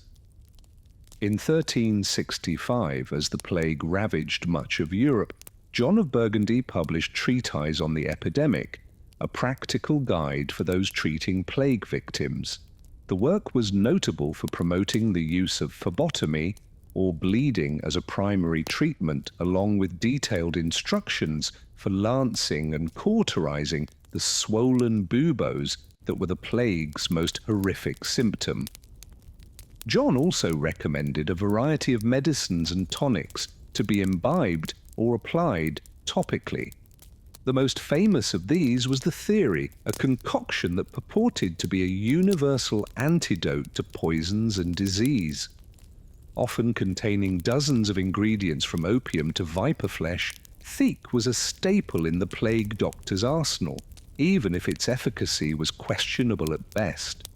Treats on the Epidemic went on to become one of the most widely disseminated medical texts of the medieval era, reprinted numerous times over the following centuries. For better or worse, it helped establish some of the standard treatments used by plague doctors across Europe, cementing John of Burgundy's quiet but significant legacy. These profiles offer but a glimpse into the lives of the men behind the beaked masks.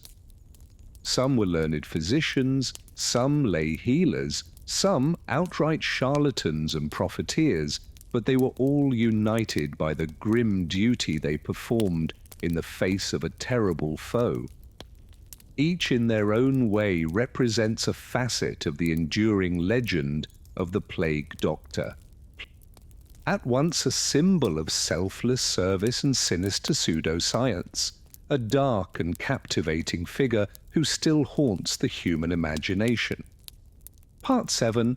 The Plague Doctor in Art and Literature. For centuries after the Black Death faded into history, the spectre of the Plague Doctor endured in European art and literature with their ominous beaked masks, long black coats, and aura of death. These grim figures became iconic symbols of pestilence and human frailty. In the world of visual art, plague doctors frequently appeared as dark, haunting presences in scenes of suffering and lamentation. One of the earliest and most famous examples is the Triumph of Death, a 15th century fresco by Italian artist Buamico Buf Macaco. Painted on the walls of the Camposanto monumental cemetery in Pisa, the unsettling work depicts the devastating impact of the Black Death. Amidst the piles of corpses and wailing survivors, a menacing figure in a black hood and beaked mask emerges, unmistakably a plague doctor. He points an accusing finger at a group of young noblemen and women, as if to say that death comes for rich and poor alike. This motif of the plague doctor as a kind of grim reaper, an emissary of mortality, recurs throughout medieval and Renaissance art. Another famous artistic trope involving plague doctors is the danse macabre or dance of death. A common allegorical genre in the late Middle Ages, the dance macabre depicts figures from all walks of life, kings, popes, peasants, children, being led in a grim promenade to the grave by skeletal personifications of death. In many of these eerie scenes, plague doctors make an appearance, their unsettling masks and garb adding to the overall atmosphere of horror and inevitability.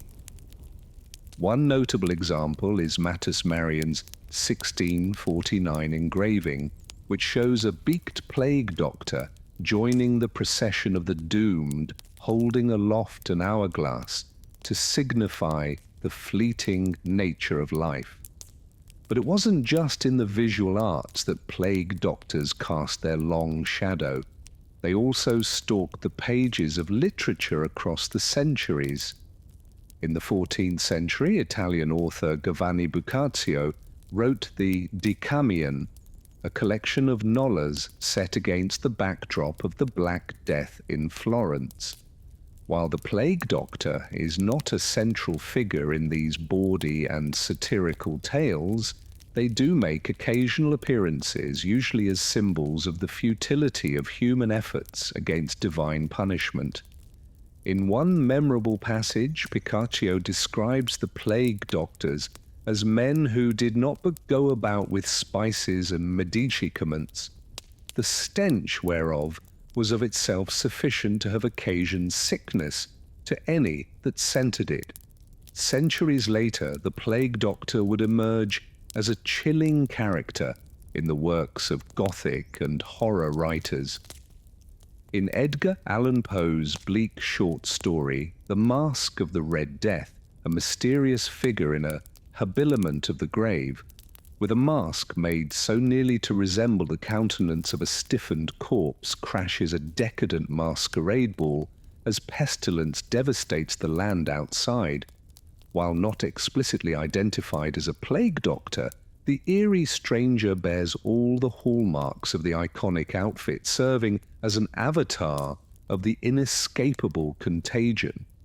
Through Poe's blooded lens, the plague doctor becomes a malevolent supernatural presence, an embodiment of death itself. British author Daniel Defoe also deployed plague doctor imagery to great effect in a journal of the plague year. His fictionalized account of the Great Plague of London in 1765, 167, 1665, Defoe describes the frightful sight of plague doctors stalking about in their black cloaks, masks, gloves, and instruments, sowing fear and despair wherever they went. Yet Defoe also acknowledges the courage and self-sacrifice of those who tended to the infected, writing, "But it must be confessed that the charity of the physicians was very great. They ventured their lives to an extreme and lost their lives by it in a most terrible manner." In Defoe's telling, the plague doctor is both a spectre of death and a heroic martyr, a fitting encapsulation of their complex and contradictory legacy.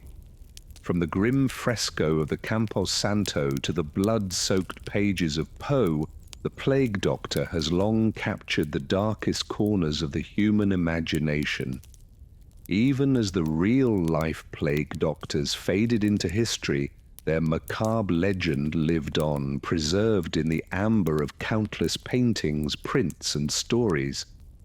Their enduring hold on our collective psyche speaks to the way they embodied the deepest of human fears of suffering, of powerlessness, of death itself.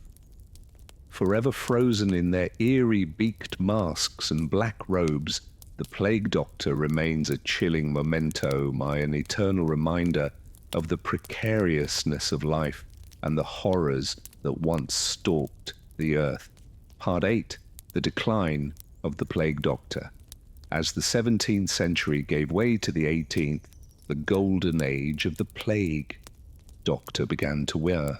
The frequency and severity of outbreaks gradually declined, due in part to improvements in sanitation and quarantine practices, as well as the natural waxing and waning of the disease itself.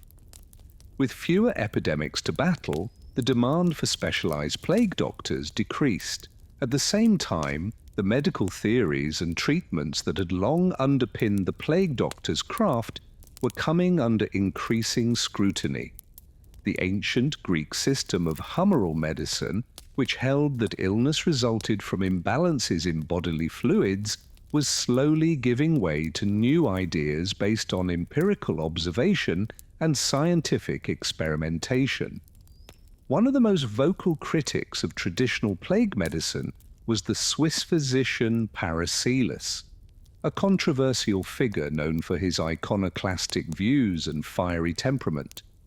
Paracelsus rejected the orthodoxies of Galenic medicine, including the use of bleeding and purging to restore humoral balance. He argued that diseases had specific causes that could be treated with targeted remedies rather than the catch, all cures, favored by many plague doctors. While Paracelsus himself died long before the heyday of the plague doctor, his ideas helped pave the way for a more modern scientific approach to medicine. As the old ways came under fire, many of the treatments employed by plague doctors were increasingly discredited. The use of theriac, the supposed wonder drug that had been a staple of the plague doctor's arsenal for centuries, was particularly lambasted. Critics pointed out that the concoction, with its dizzying array of ingredients from opium to viper flesh, was essentially useless against the plague, if not actively harmful.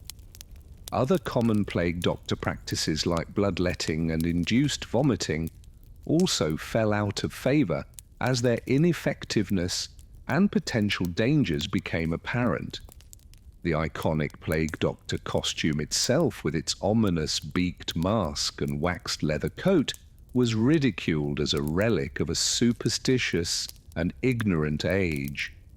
Yet even as the plague doctor's star faded in Western Europe, they lingered on in some parts of the world. In the more remote reaches of Eastern Europe and Russia, where outbreaks of bubonic plague continue to flare up sporadically, plague doctors could still be found plying their trade well into the 19th century. One of the last recorded plague doctors was a Russian by the name of Danilo Samoish, who battled outbreaks in the Ukraine and Crimea in the 1780s. Samoish was a forward-thinking physician who rejected many of the old superstitions surrounding the plague. He promoted the use of quarantine and sanitation measures and even conducted early experiments with a form of inoculation using dried pustule matter from plague victims. Yet even as Samolovich worked to modernize plague medicine, he still clung to some of the trappings of the traditional plague doctor. He was known to wear a modified version of the beaked mask and protective clothing, and he subscribed to the theory that the plague was spread by miasmas, or noxious vapors. In many ways, Samoish embodied the complex legacy of the plague doctor, a figure caught between the old world and the new, straddling the line between superstition and science. As the 19th century dawned, men like Samoish would be among the last to wear the beaked mask and black robes that had once struck such fear and awe into the hearts of the afflicted. But even as the living practice faded into history, the plague doctor endured as a powerful visual and cultural symbol. The eerie spectre of the beaked mask and black coat became permanently lodged in the European imagination, a shorthand for the horrors of pestilence and the ravages of death. In our modern age, with its advanced medical knowledge and sophisticated public health systems, it can be hard to fathom the world of the plague doctor. Their methods may seem primitive, even barbaric to our eyes. Yet in their time, these haunting figures represented the front lines of a desperate battle against a pitiless foe. Though their remedies were often useless and their theories misguided, the plague doctors were the ones who ventured into the heart of the hot zone, the ones who faced the dread disease on its own turf. For that courage and sacrifice, if nothing else, they deserve our respect and remembrance. So let us spare a thought for the men behind the beaked masks, the learned physicians and lowly barber surgeons, the opportunistic quacks and selfless heroes. Theirs was a grim and thankless trade, but one that forever left its mark on human history. In the annals of medicine and the imagination of the world, the plague doctor will always have a haunting, hallowed place. Part 9, Evaluating the Plague Doctor's Legacy.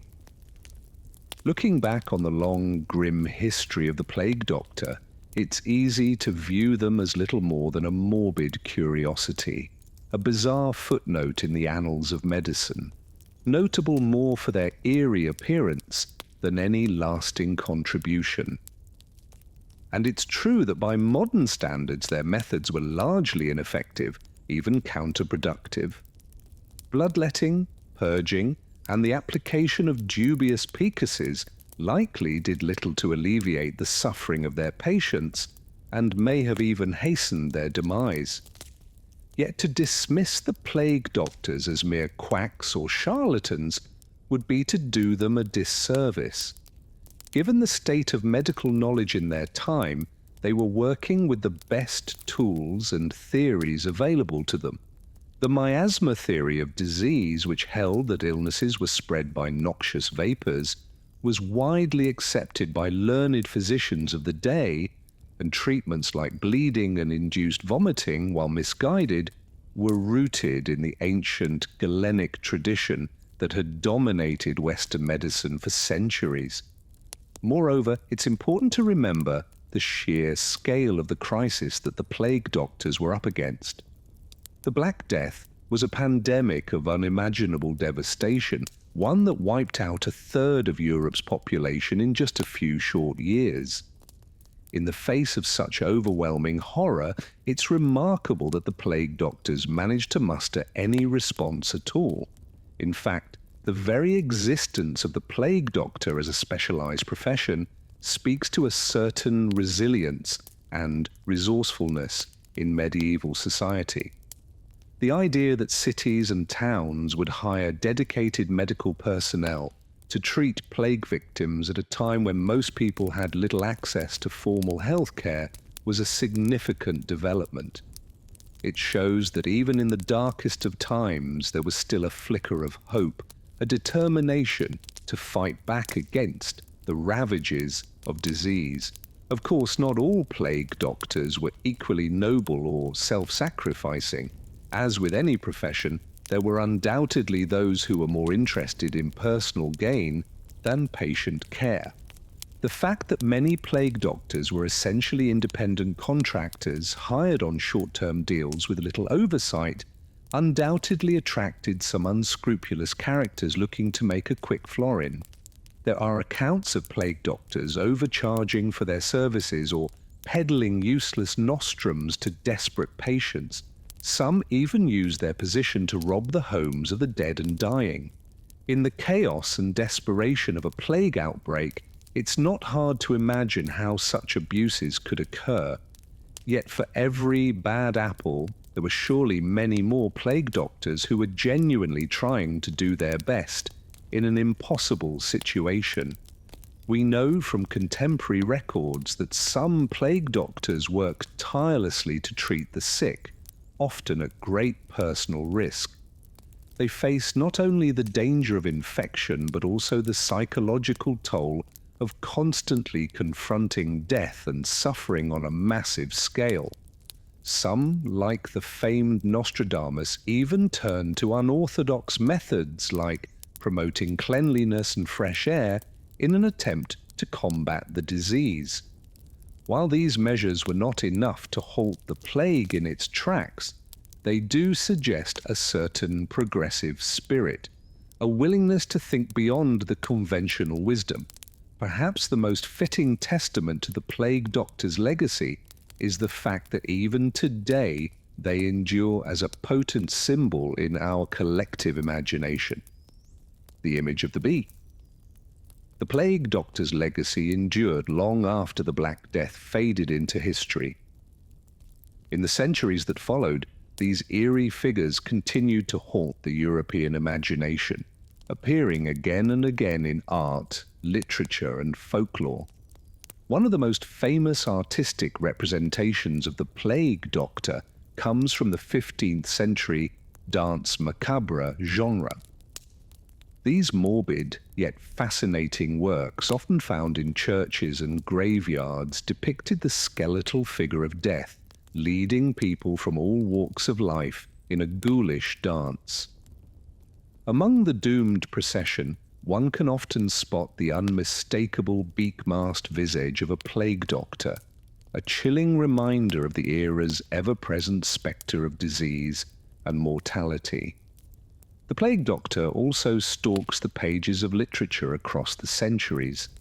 In the 14th century, Italian author Giovanni Boccaccio set his classic work, the Decameron, during a plague outbreak, weaving vivid descriptions of the futile ministrations of plague doctors into his tragic comic tales. Centuries later, Daniel Defoe's A Journal of the Plague Year and Edgar Allan Poe's The Masque of the Red Death would feature memorable cameos by these ominous figures. But perhaps the plague doctor's most enduring role has been as a visual symbol, a simple yet striking image that conveys volumes about the Black Death and medieval medicine. From woodcuts to engravings to modern-day Halloween costumes, the sight of that grim beaked silhouette instantly conjures up thoughts of pestilence, dread, and the macabre. It has become a kind of visual shorthand for the horrors of the past. Yet, even as the plague doctor became entrenched in the popular imagination, the actual practice of specialized plague medicine gradually faded away. By the 17th century, outbreaks of the bubonic plague had become less frequent and less severe across much of Europe. At the same time, the plague doctor's methods from bloodletting to theory were increasingly discredited by new medical thinkers like Paracelsus and Vesalius, who began to question the ancient Greek humoral theories that underpinned so much of medieval medicine. To be sure, a few plague doctors still plied their trade into the 18th and even 19th centuries, particularly in the more remote reaches of Eastern Europe. But by and large, these once ubiquitous figures had disappeared from the streets and sick rooms of European towns and cities. The age of the plague doctor had passed. Looking back from the vantage point of the modern world, it can be difficult to pass judgment on these enigmatic figures. On one hand, it's impossible to deny the profound limitations and outright failures of the plague doctor's methods. For all their efforts, they saved precious few lives and may have helped spread disease in some cases. Seen in this light, they seem to be little more than misguided meddlers, peddlers of false hope and fatal remedies. Yet at the same time, there is something undeniably noble and brave about the plague doctor's willingness to confront an unspeakable horror again and again. Armed with little more than specious theories and makeshift protective gear, In an age when many physicians fled plague-stricken areas in droves, these curious men chose to stay and fight to face down the Reaper in his own domain. That takes a special kind of courage, however misguided. Perhaps in the end, the Plague Doctor's legacy is neither that of a hero nor a villain, but something more complicated and more human. They were both selfless servants and slightly sinister opportunists, both guardians of life and harbingers of death. In many ways, they embodied the full spectrum of human nature during times of existential crisis, our capacity for altruism and avarice, for bravery and blunder, for determination and despair. And there may be lessons for our own time in the Plague Doctor's long, strange history. Today, as new pandemic threats like CO-19 stalk the globe, we find ourselves grappling with many of the same challenges and conundrums that confronted our medieval forebears. We too are searching for cures and containment, for explanations and scapegoats. We too have our valiant frontline medics and our questionable quacks and profiteers. Most of all, perhaps, the Plague Doctor reminds us of our own fragility in the face of unfathomable catastrophe. For all our modern scientific and medical prowess, we remain deeply vulnerable to the whims of nature, to the ravages of disease. In times like these, the beaked mask begins to feel less like a historical relic and more like a mirror, reflecting back our own deepest anxieties about death, disorder, and the unknown. Yet even in the darkest days of the Black Death, humanity endured. People found small moments of joy, connection, and resilience amidst oceans of suffering. Today, as we don our own masks and confront our own invisible enemy, we would do well to remember that because in the end that may be the Plague Doctor's most enduring lesson, not how to cure disease, but how to survive it with our humanity intact. And so, the Plague Doctor takes their place in the annals of medical history. A complicated and captivating figure who still speaks to us across the centuries, a symbol of both the best and worst in human nature, of our unending battle against the spectre of death and disease. Though their beak mask and black cloak may seem alien and unsettling to our modern eyes, there is something strangely familiar about their story, something that echoes in our own time of pandemic and uncertainty.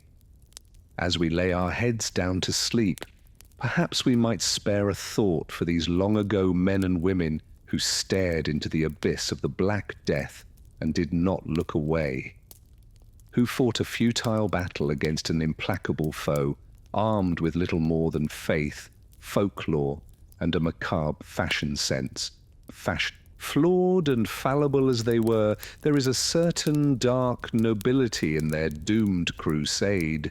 So let us bid good night to the Plague Doctors of old, secure in the knowledge that their strange and haunting story is not entirely a thing of the past. For as long as humanity faces the ancient enemy of pestilence, we will need courageous healers and seekers, however imperfect, to take up the fight anew. And in that sense, perhaps a part of the Plague Doctor lives on in us all.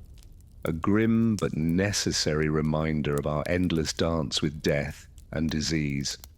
Lancing buboes was a common, if grisly, practice for Plague Doctors. A bubo is a swollen, painful lymph node, most often in the groin, neck, or armpit. During the Black Death, these grotesque buboes could grow to the size of apples. In the medieval humour system, Plague Doctors believed buboes were the body's attempt to expel excess blood and bad humours. Their solution was often to slice open the bubo with a razor to drain the foul substance. Some even used specially designed lancing tools and cupping glasses. It was a brutal procedure, painful, messy, and unsanitary. Patients screamed in agony as the plague doctor dug into their inflamed flesh. Of course, we know now this accomplished little. Buboes are a symptom of the bacterial infection, not the cause. Lancing them provided no real relief and likely spread the contagion further. But to the plague doctor, steeped in miasma theory and Galenic medicine, purging foul matter from buboes seemed the logical response to a disease believed to arise from internal imbalances and rot. After draining a bubo, the plague doctor might pack the open wound with salves or picases made from herbs, minerals, breads, even animal dung. A popular treatment was thyak, a concoction of dozens of ingredients from viper flesh to opium, honey to cinnamon. It was prescribed as a cure-all for everything from indigestion to the plague itself, though really it probably just numbed the patient into a drowsy haze. If buboes failed to appear, plague doctors took an even more aggressive approach, slicing into the flesh to essentially create an artificial bub. The hope was drawing out bad blood near an infection site like in the armpit. It's sobering to imagine the plague doctor hunched over a patient, bloodletting them to the point of collapse, all while believing this was the height of medical intervention. For the sickest patients, unable to endure any more cutting and draining, the plague doctor might resort to extreme measures bordering on folk magic, applying live chickens or pigeons to buboes, smearing snake oil on the skin, brewing potions of ground unicorn horns and powdered gems, all while smoke from the ever-burning beak mask stung their eyes. There was likely no consolation or bedside manner. Plague doctors were discouraged from conversation with their patients lest they inhale the deadly miasmas. At most, they might offer last rites or scroll talismanic symbols. For most, the looming plague doctor was the grim face of a losing battle. The final spectre before their disease ran its fatal course. Nostradamus, the famed French astrologer and seer, endured these harrowing conditions in his early career as a plague doctor. As a young man in the 1520s, he travelled through Provence treating the afflicted. It's estimated he tended to hundreds of plague victims at great personal risk. One wonders what sights and horrors those eyes beheld, peering out from that eerie beaked mask. Did the great prophet foresee his own destiny, a life of fame and legend? Or in those grim days, did the world seem a meaningless carnival of suffering with death playing a mocking tune? What we know is that Nostradamus emerged from the ordeal with a reputation as a skilled and selfless doctor. He even wrote a handbook called Te de Fadmo detailing his hard-earned methods and remedies. His experiences also shaped his view of fate and the supernatural. The idea that unseen forces move human affairs, be they the stars above or the pestilence within. For the plague doctor, it must have been a surreal existence trapped between the dying and the dead, the earthly and the otherworldly. They stalked the hazy borders of the known, a lonely figure fighting a metaphysical battle as much as a medical one. Steeped in sickness and dread, did some turn to mysticism, alchemy, and the occult out of desperation, or as a source of grim comfort in a world unravelled by pestilence? Such was the strange mental and spiritual landscape of the medieval plague doctor, ministering at the edges of natural philosophy and morbid superstition, saturated in disease and death, confronting the limits of mortal understanding. Is it any wonder so many slipped into fatalism, madness, or magical thinking? After all, the plague seemed to obey no law of nature, erupting from the mists to decimate princes and peasants alike before receding into the shadows. Perhaps we can forgive the plague doctors their bloodletting and fumigations, their talismans and potions. They fought the unforgiving fight with the only weapons their world had given them: ancient texts, folk traditions, a doctor's mask, and simple human perseverance. Though they retreated further behind bizarre rituals and costumes, they still marched out to greet the grim reaper day after day. An army of Hippocrates meeting the apocalyptic horseman head-on. What emerges is a figure both unsettling and oddly heroic, a mirror held up to humanity's eternal struggle against the void. Their life was a dance macabre, a final waltz with oblivion. And though the age of the plague doctor has long passed, their spirit echoes through the centuries, a memento mori of the healer's burden and the fragility of flesh and blood. So let us give this strange spectre their due, not as saviour or charlatan, but as flawed avatar of all who would defy death. They stood on the precipice of the Black Death and fought it the only way they knew. Their silhouette endures, eerie, tragic, darkly captivating, a shadow from a distant century, but one that still haunts the edges of our own. Part 4. Medical Beliefs and Treatments.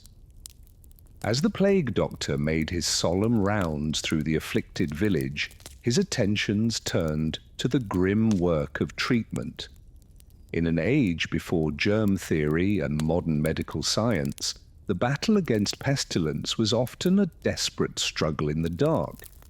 The plague doctor, like most physicians of his era, practiced within the framework of the ancient Greek humoral theory of medicine.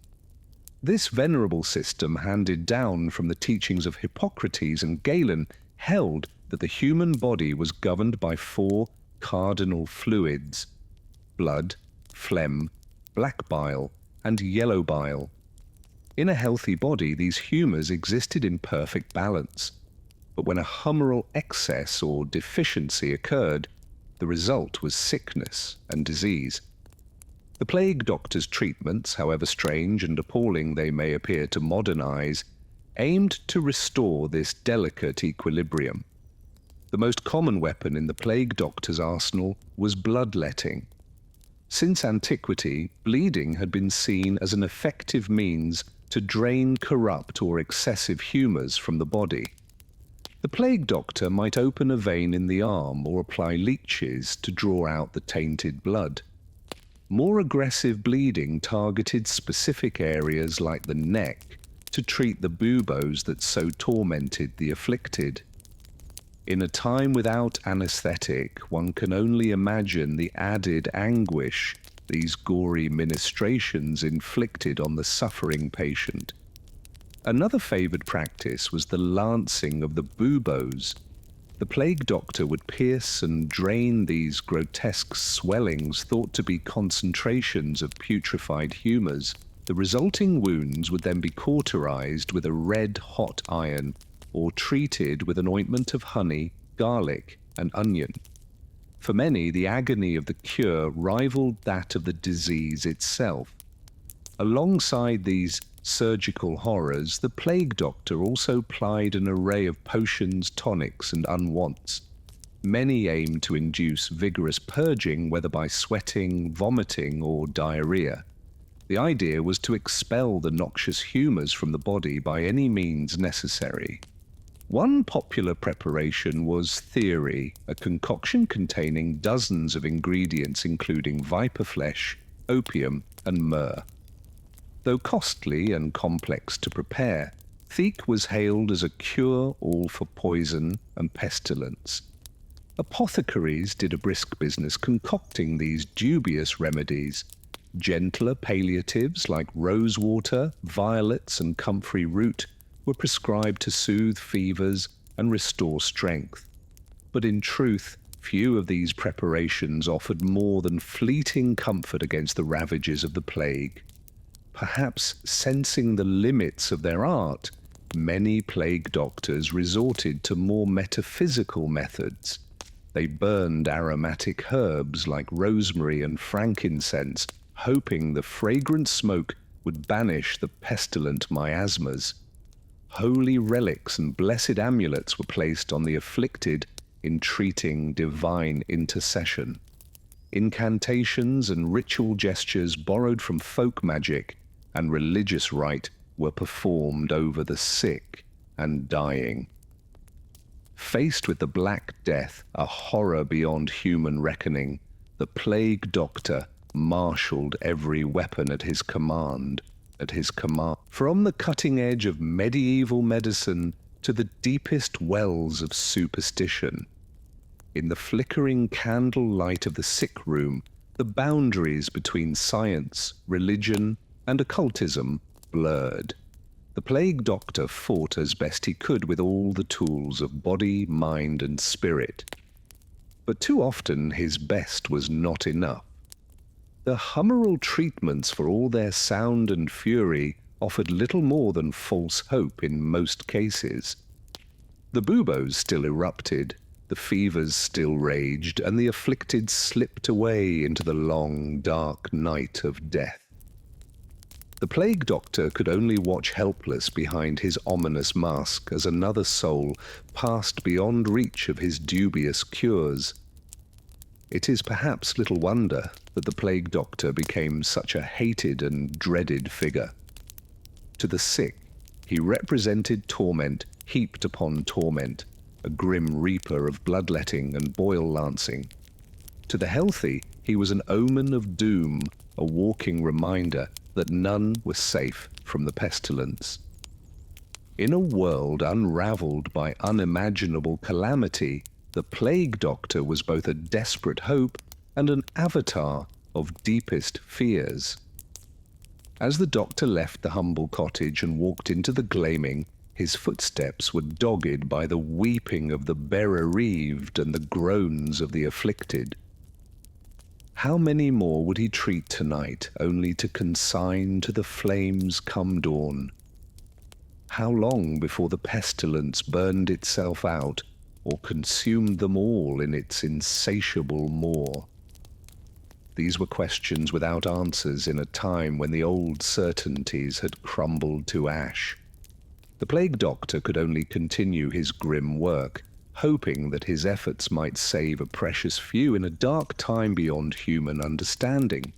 This was perhaps the most that any mortal could do. Part 5, The Life of a Plague Doctor. To be a plague doctor in a medieval city was to inhabit a world of perpetual twilight and looming shadow. Each day brought a relentless procession of the sick, the dying, and the dead. From dawn until dusk, and often deep into the haunted watches of the night, the plague doctor made his solemn rounds. His was a life of ceaseless toil and harrowing personal risk. While his macabre costume offered some meager protection, every visit to an infected household, every examination of a plague-ridden body, invited peril. The plague doctor lived in constant fear that the very air he breathed, tainted by miasmas, might convey the pestilence into his own lungs. A plague doctor's day began with a visit to the town's alderman or health committee. Here he would receive his list of patients and his stipend, a princely sum that recognized the dangers of his work. Girded in his ominous regalia, he would set out into the labyrinth of narrow, winding streets. As he walked, the city's surviving inhabitants would shrink from him, turning their faces or making the sign of the cross. To them, the doctor's looming silhouette had become a chilling portent, an unwelcome herald of suffering and loss. Even children would flee at the sight of his beaked visage, his black cloak billowing in the fated breeze. At each afflicted house, the plague doctor would pause, steeling himself before the horrors within. He would assess the suffering victims, examine the buboes, dispense his meager physic. If the patient had died in the night, he would inspect the ravaged body, searching for signs that might shed light on the disease's hellish workings. More than a physician, the plague doctor was also an agent of public order in a city besieged by chaos. He would direct the boarding up of infected houses, ordering the dread quarantine. He oversaw the disposal of the dead and the burning of their contaminated belongings.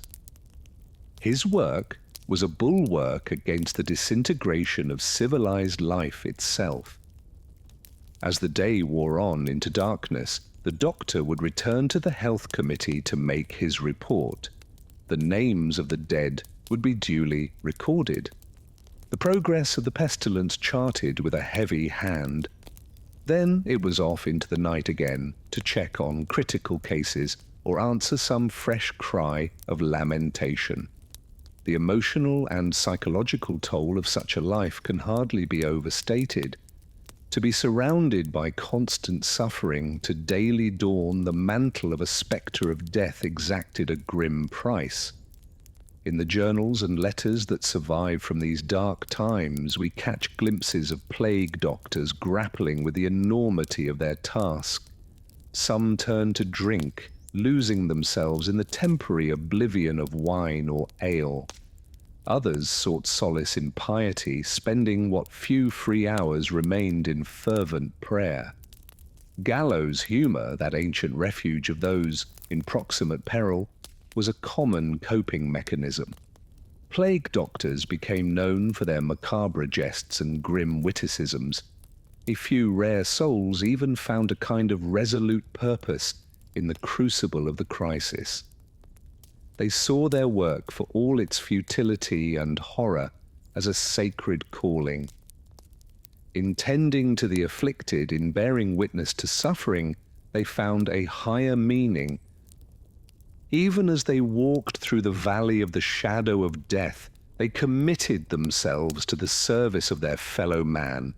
But for most, the life of a plague doctor was a trial beyond human endurance. Many lasted only a few months before succumbing to exhaustion, despair, or the pestilence itself. They joined the legions of the dead, their beaked masks and black cloaks no protection against the ravages of the plague. And yet, for as long as the city's silver continued to find its way into trembling palms, there were always more to take up the grim work. In a time when all social bonds were frayed to the breaking point, when all hope seemed lost in a sea of suffering, there would be plague doctors. Through the worst of the medieval world's darkest hours, these haunting figures endured, part physician, part priest, part reaper, steadfast in the face of the unspeakable. As the sun set over the medieval city, an eerie figure emerged from the shadows. Clad head to toe in black oilcloth with a wide-brimmed hat and a long beak-like mask, the plague doctor struck a chilling silhouette against the fading light. To the frightened citizens, huddled in their homes, praying to be spared from pestilence, this ominous spectre represented both their last hope and their worst fear. For the plague doctor himself, it was another long night of confronting the deadliest disease in human history. The life of a medieval plague doctor was one of unimaginable horror, hardship, and heartbreak. Armed with little more than ancient medical theories, superstitious remedies, and a macabre sense of duty, these grim figures ventured into the very heart of the Black Death to treat the sick and bear witness to the suffering. It was a role that demanded equal parts bravery and desperation. As many plague doctors were simply untested physicians, failed academics, or even common charlatans looking to profit from the pandemonium. But for the true doctors who answered the call, like Charles Diarme, the French physician often credited with inventing the iconic plague doctor outfit, it was a higher calling. In 1619, as the bubonic plague ravaged Paris, Delhomme designed an ensemble intended to protect the wearer from the deadly miasmas believed to spread the disease. The long leather coat was waxed for repelling noxious fluids, while the beak-like mask could be stuffed with straw, herbs and spices to filter the foul air. Completing the outfit were leather breeches, gloves, boots, and a wide-brimmed leather hat that signified the doctor's profession. In this foreboding garb, the plague doctor would set out to examine the infected and administer what limited treatments the era could provide. Working from the ancient Greek theory of bodily humours, plague doctors sought to rebalance the blood, phlegm, and bile through aggressive and often gruesome means. Bloodletting, lancing buboes, forced purgatives, and foul-smelling pusses were the order of the day. Just as often, the plague doctor would resort to more superstitious fare like magical amulets, chanted spells, and copious amounts of theory, a curable concoction containing viper flesh and opium. The sheer gruesomeness and futility of such treatments is almost unfathomable to the modern mind. Imagine you are a medieval plague victim, huddled on a squalid cot, feverish and racked with pain from the swollen buboes in your armpits and groin. The shadowy plague doctor looms over you, his beaked visage like some terrible bird of carrion come to claim your soul. With dispassionate resolve, he slices open your buboes to drain the foul black pus. The searing pain is eclipsed only by the stench of putrid infection. As your lifeblood oozes out, the doctor forces a vile tonic down your throat, chanting strange invocations. Your last thought as darkness takes you is that you have descended into hell. For the plague doctor himself, such harrowing scenes were a daily reality. The journals and records that survive from the era paint a grim picture of their lot. Nostradamus, the famed French astrologer and prophet, began his career as a plague doctor in the 1520s. For years he travelled through France and Italy, treating the infected and studying the disease. His first-hand accounts speak of entire towns decimated, bodies piled in the streets, and a constant oppressive spectre of death. I do not think that in the whole world there remained a single man who had not tasted the sadness and terror of the plague, he wrote. Other plague doctors coped with the unrelenting horror through more earthly vices. Many contemporary reports decried their fondness for drink, gambling, and lascivious behavior. The famous engraving of Dr. Schnabel of Rome, an iconic image of the plague doctor, shows him carousing in a tavern, his beaked mask askew as he drunkenly regaled the patrons with morbid tales. Such conduct may seem reprehensible, but for men confronted daily with the depths of human suffering, it was often the only way to retain some semblance of sanity. As the Black Death raged across Europe, claiming millions of lives, the plague doctor became an increasingly common and chilling sight. In art and literature, he emerged as a grim symbol of the era's mortality and dread.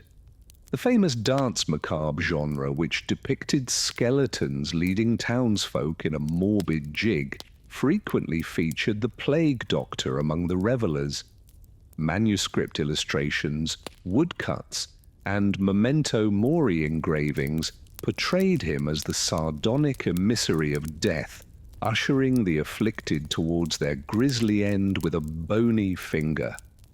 This morbid artistic fascination persisted long after the plague itself abated. In the centuries that followed, the plague doctor became a stock character of the Gothic imagination, appearing in the works of Poe, Shelley, and Dickens as a sinister spectre haunting the shadowy fringes of civilization. Even today, his unsettling image endures as the preeminent icon of the Black Death, a reminder of the horrors our ancestors faced in the face of unimaginable catastrophe. For those who bore the mantle of the plague doctor, however, there was little glamour or glory to be found. Despite their ominous attire and aura of arcane knowledge, the vast majority of plague doctors were hideously unequipped to combat a disease that laid waste to empires. Their treatments, though born of earnest intention, often only added to the suffering of their patients. Many fell victim to the plague themselves, their waxed coats and beaked masks offering scant protection against the horrors they battled. And yet, for all their grim futility, it's hard not to feel a pang of admiration for these dark knights of the Middle Ages. In a time when even kings and bishops fled before the onslaught of the plague, the doctors donned their beaked masks and marched grimly into the fray. They confronted the living nightmare of their age with little more than folk wisdom, blind faith, and a stalwart sense of duty. Though they labored in the shadow of death, there was a nobility to their calling, a stubborn humanity that not even the ravages of pestilence could extinguish.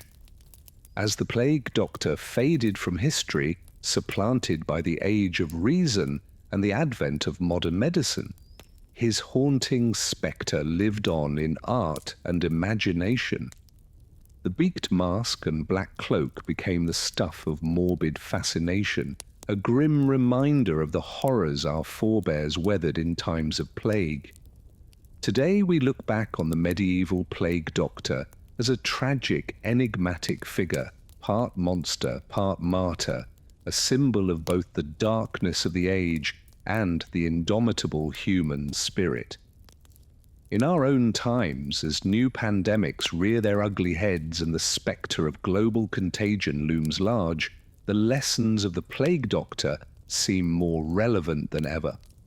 We too are confronted with a faceless, implacable foe that threatens to upend our way of life. We too must grapple with the limits of our knowledge, the shortcomings of our institutions, and the stark realities of our own mortality. And like the plague doctors of old, we must summon the courage to confront the unthinkable, to stare down the abyss with unwavering resolve.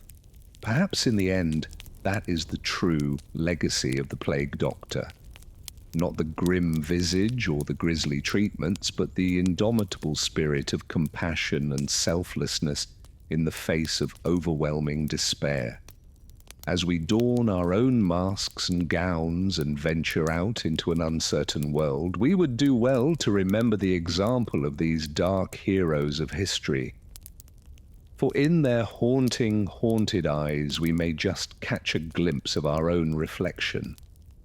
Fragile, fearful, but forever unbowed in the face of the dark.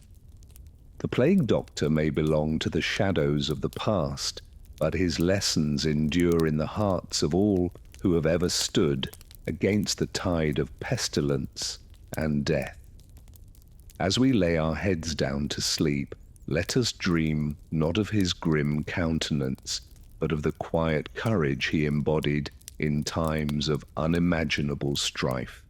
For in that courage we may yet find the strength to face the dark and awaken to a brighter dawn. Part 9. Evaluating the plague doctor's legacy. In evaluating the legacy of the medieval plague doctor, we must acknowledge both their limited effectiveness given the state of medicine at the time and their immense bravery in combating one of history's deadliest pandemics. These enigmatic figures, clad in their eerie beak-like masks and long black cloaks, charged fearlessly into infected homes and pestilence-ridden streets day after day. Armed with little more than a smattering of ancient Greek medical theories, superstitious folklore, and a handful of crude instruments, they faced the Black Death head-on. While plague doctors undoubtedly saved some lives through trial and error, recommending quarantines and basic sanitation, their cures were often ineffective at best and harmful at worst. Bloodletting, induced vomiting, and toxic potions likely hastened the demise of many a desperate patient. And yet, in an age of overwhelming dread and despair, the arrival of the plague doctor also represented a final glimmer of hope for the suffering masses. In many ways, these haunting figures embodied both the best and worst of how humans confront unimaginable crises. On one hand, plague doctors voluntarily waded into some of the darkest, most traumatic circumstances imaginable, offering care and comfort to the sick while risking their own lives. In an era when many physicians simply fled in terror, this selfless service in the face of horror was undeniably valiant. And yet, like controversial figures such as grave-robbing resurrection men and traveling snake oil salesmen, plague doctors could also callously exploit people's desperation. Some made wild promises, peddled expensive cure rules, or conducted disturbing experiments on dying patients with little oversight. This quackery and fatalism reveals the uglier side of human nature, the unscrupulous opportunism and magical thinking that can fester in times of fear. In the end, perhaps the plague doctor's checkered legacy is a testament to the incredible fragility and resilience of the human spirit in the face of pandemic chaos.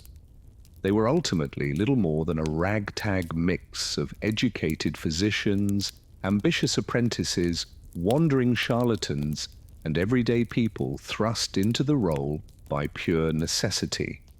They wore the guise of authority and expertise while stumbling blindly through the miasmic fog of a medical catastrophe. And yet for the sick, dying and despairing, the mere presence of these ominous figures, their arrival on the doorstep, beaked mask and black cloak billowing, offered one final shred of dignity and hope before the end. For they represented the unshakable human conviction that even against all odds, even in the face of agonizing suffering and mass death, we must always strive to heal and to care. Conclusion. Lessons from the Plague Doctor. As we reflect on the haunting spectre of the Plague Doctor, that iconic symbol of the Black Death, what deeper lessons might we draw about the human condition? At its core, their story speaks to the eternal human struggle to confront the horrors of epidemic disease and mortality. Across the centuries, from the bubonic plague to smallpox to COVID-19, we have turned to medicine, faith, ritual, and even superstition to soothe our primal fears of contagion and death. The plague doctor's eerie silhouette reminds us of our own fragility in an indifferent universe, how all our knowledge and sophistication can crumble before the humbling onslaught of nature's tiniest microbes. And yet, just as those haunted medieval streets once again return to the cycles and rhythms of life, humanity endures. Civilizations fall, pandemics rage, and yet we greet the dawn, scour our textbooks and laboratories, rebuild our cities. In our own time, as new pandemic threats revive old fears and debates, we might look beyond the plague doctor's primitive missteps and macabre failures. For even through the murkiest nights of uncertainty and despair, these obscure figures stood their ground. They lit a candle in the dark. They showed up for thankless and seemingly impossible work, armed with little more than a sense of duty, a whisper of hope. Who are the plague doctors of our modern age? The ordinary heroes throwing themselves between the vulnerable and oblivion. What will future generations remember rightly or wrongly about our own doctors on the pandemic front lines? Are public health soldiers waging nightly battle against nature's invisible armies? Will they be honored for their selfless service and sacrifice, or criticized for their shortcomings and blind spots? Perhaps some truths are eternal. In times of historic crisis, when panic, grief, and disorder reign, we seek out symbols to project our deepest hopes and fears. And what could be more darkly captivating than the plague doctor? That grim reaper made flesh, stalking through our fevered nightmares and crowded sick rooms, medicine and mortality intertwined. They are Charon on the river Styx, Virgil descending into the inferno, and Usher to the underworld. And yet we must recognize the human behind the beaked mask, the trembling hand, the weary tread, the everyday bravery of simply showing up. So let us honor these medieval medics, even as we coolly dissect their faults and frailties. Let them remind us always of our shared vulnerability and resilience, our perpetual struggle to light those candles in our long, dark night.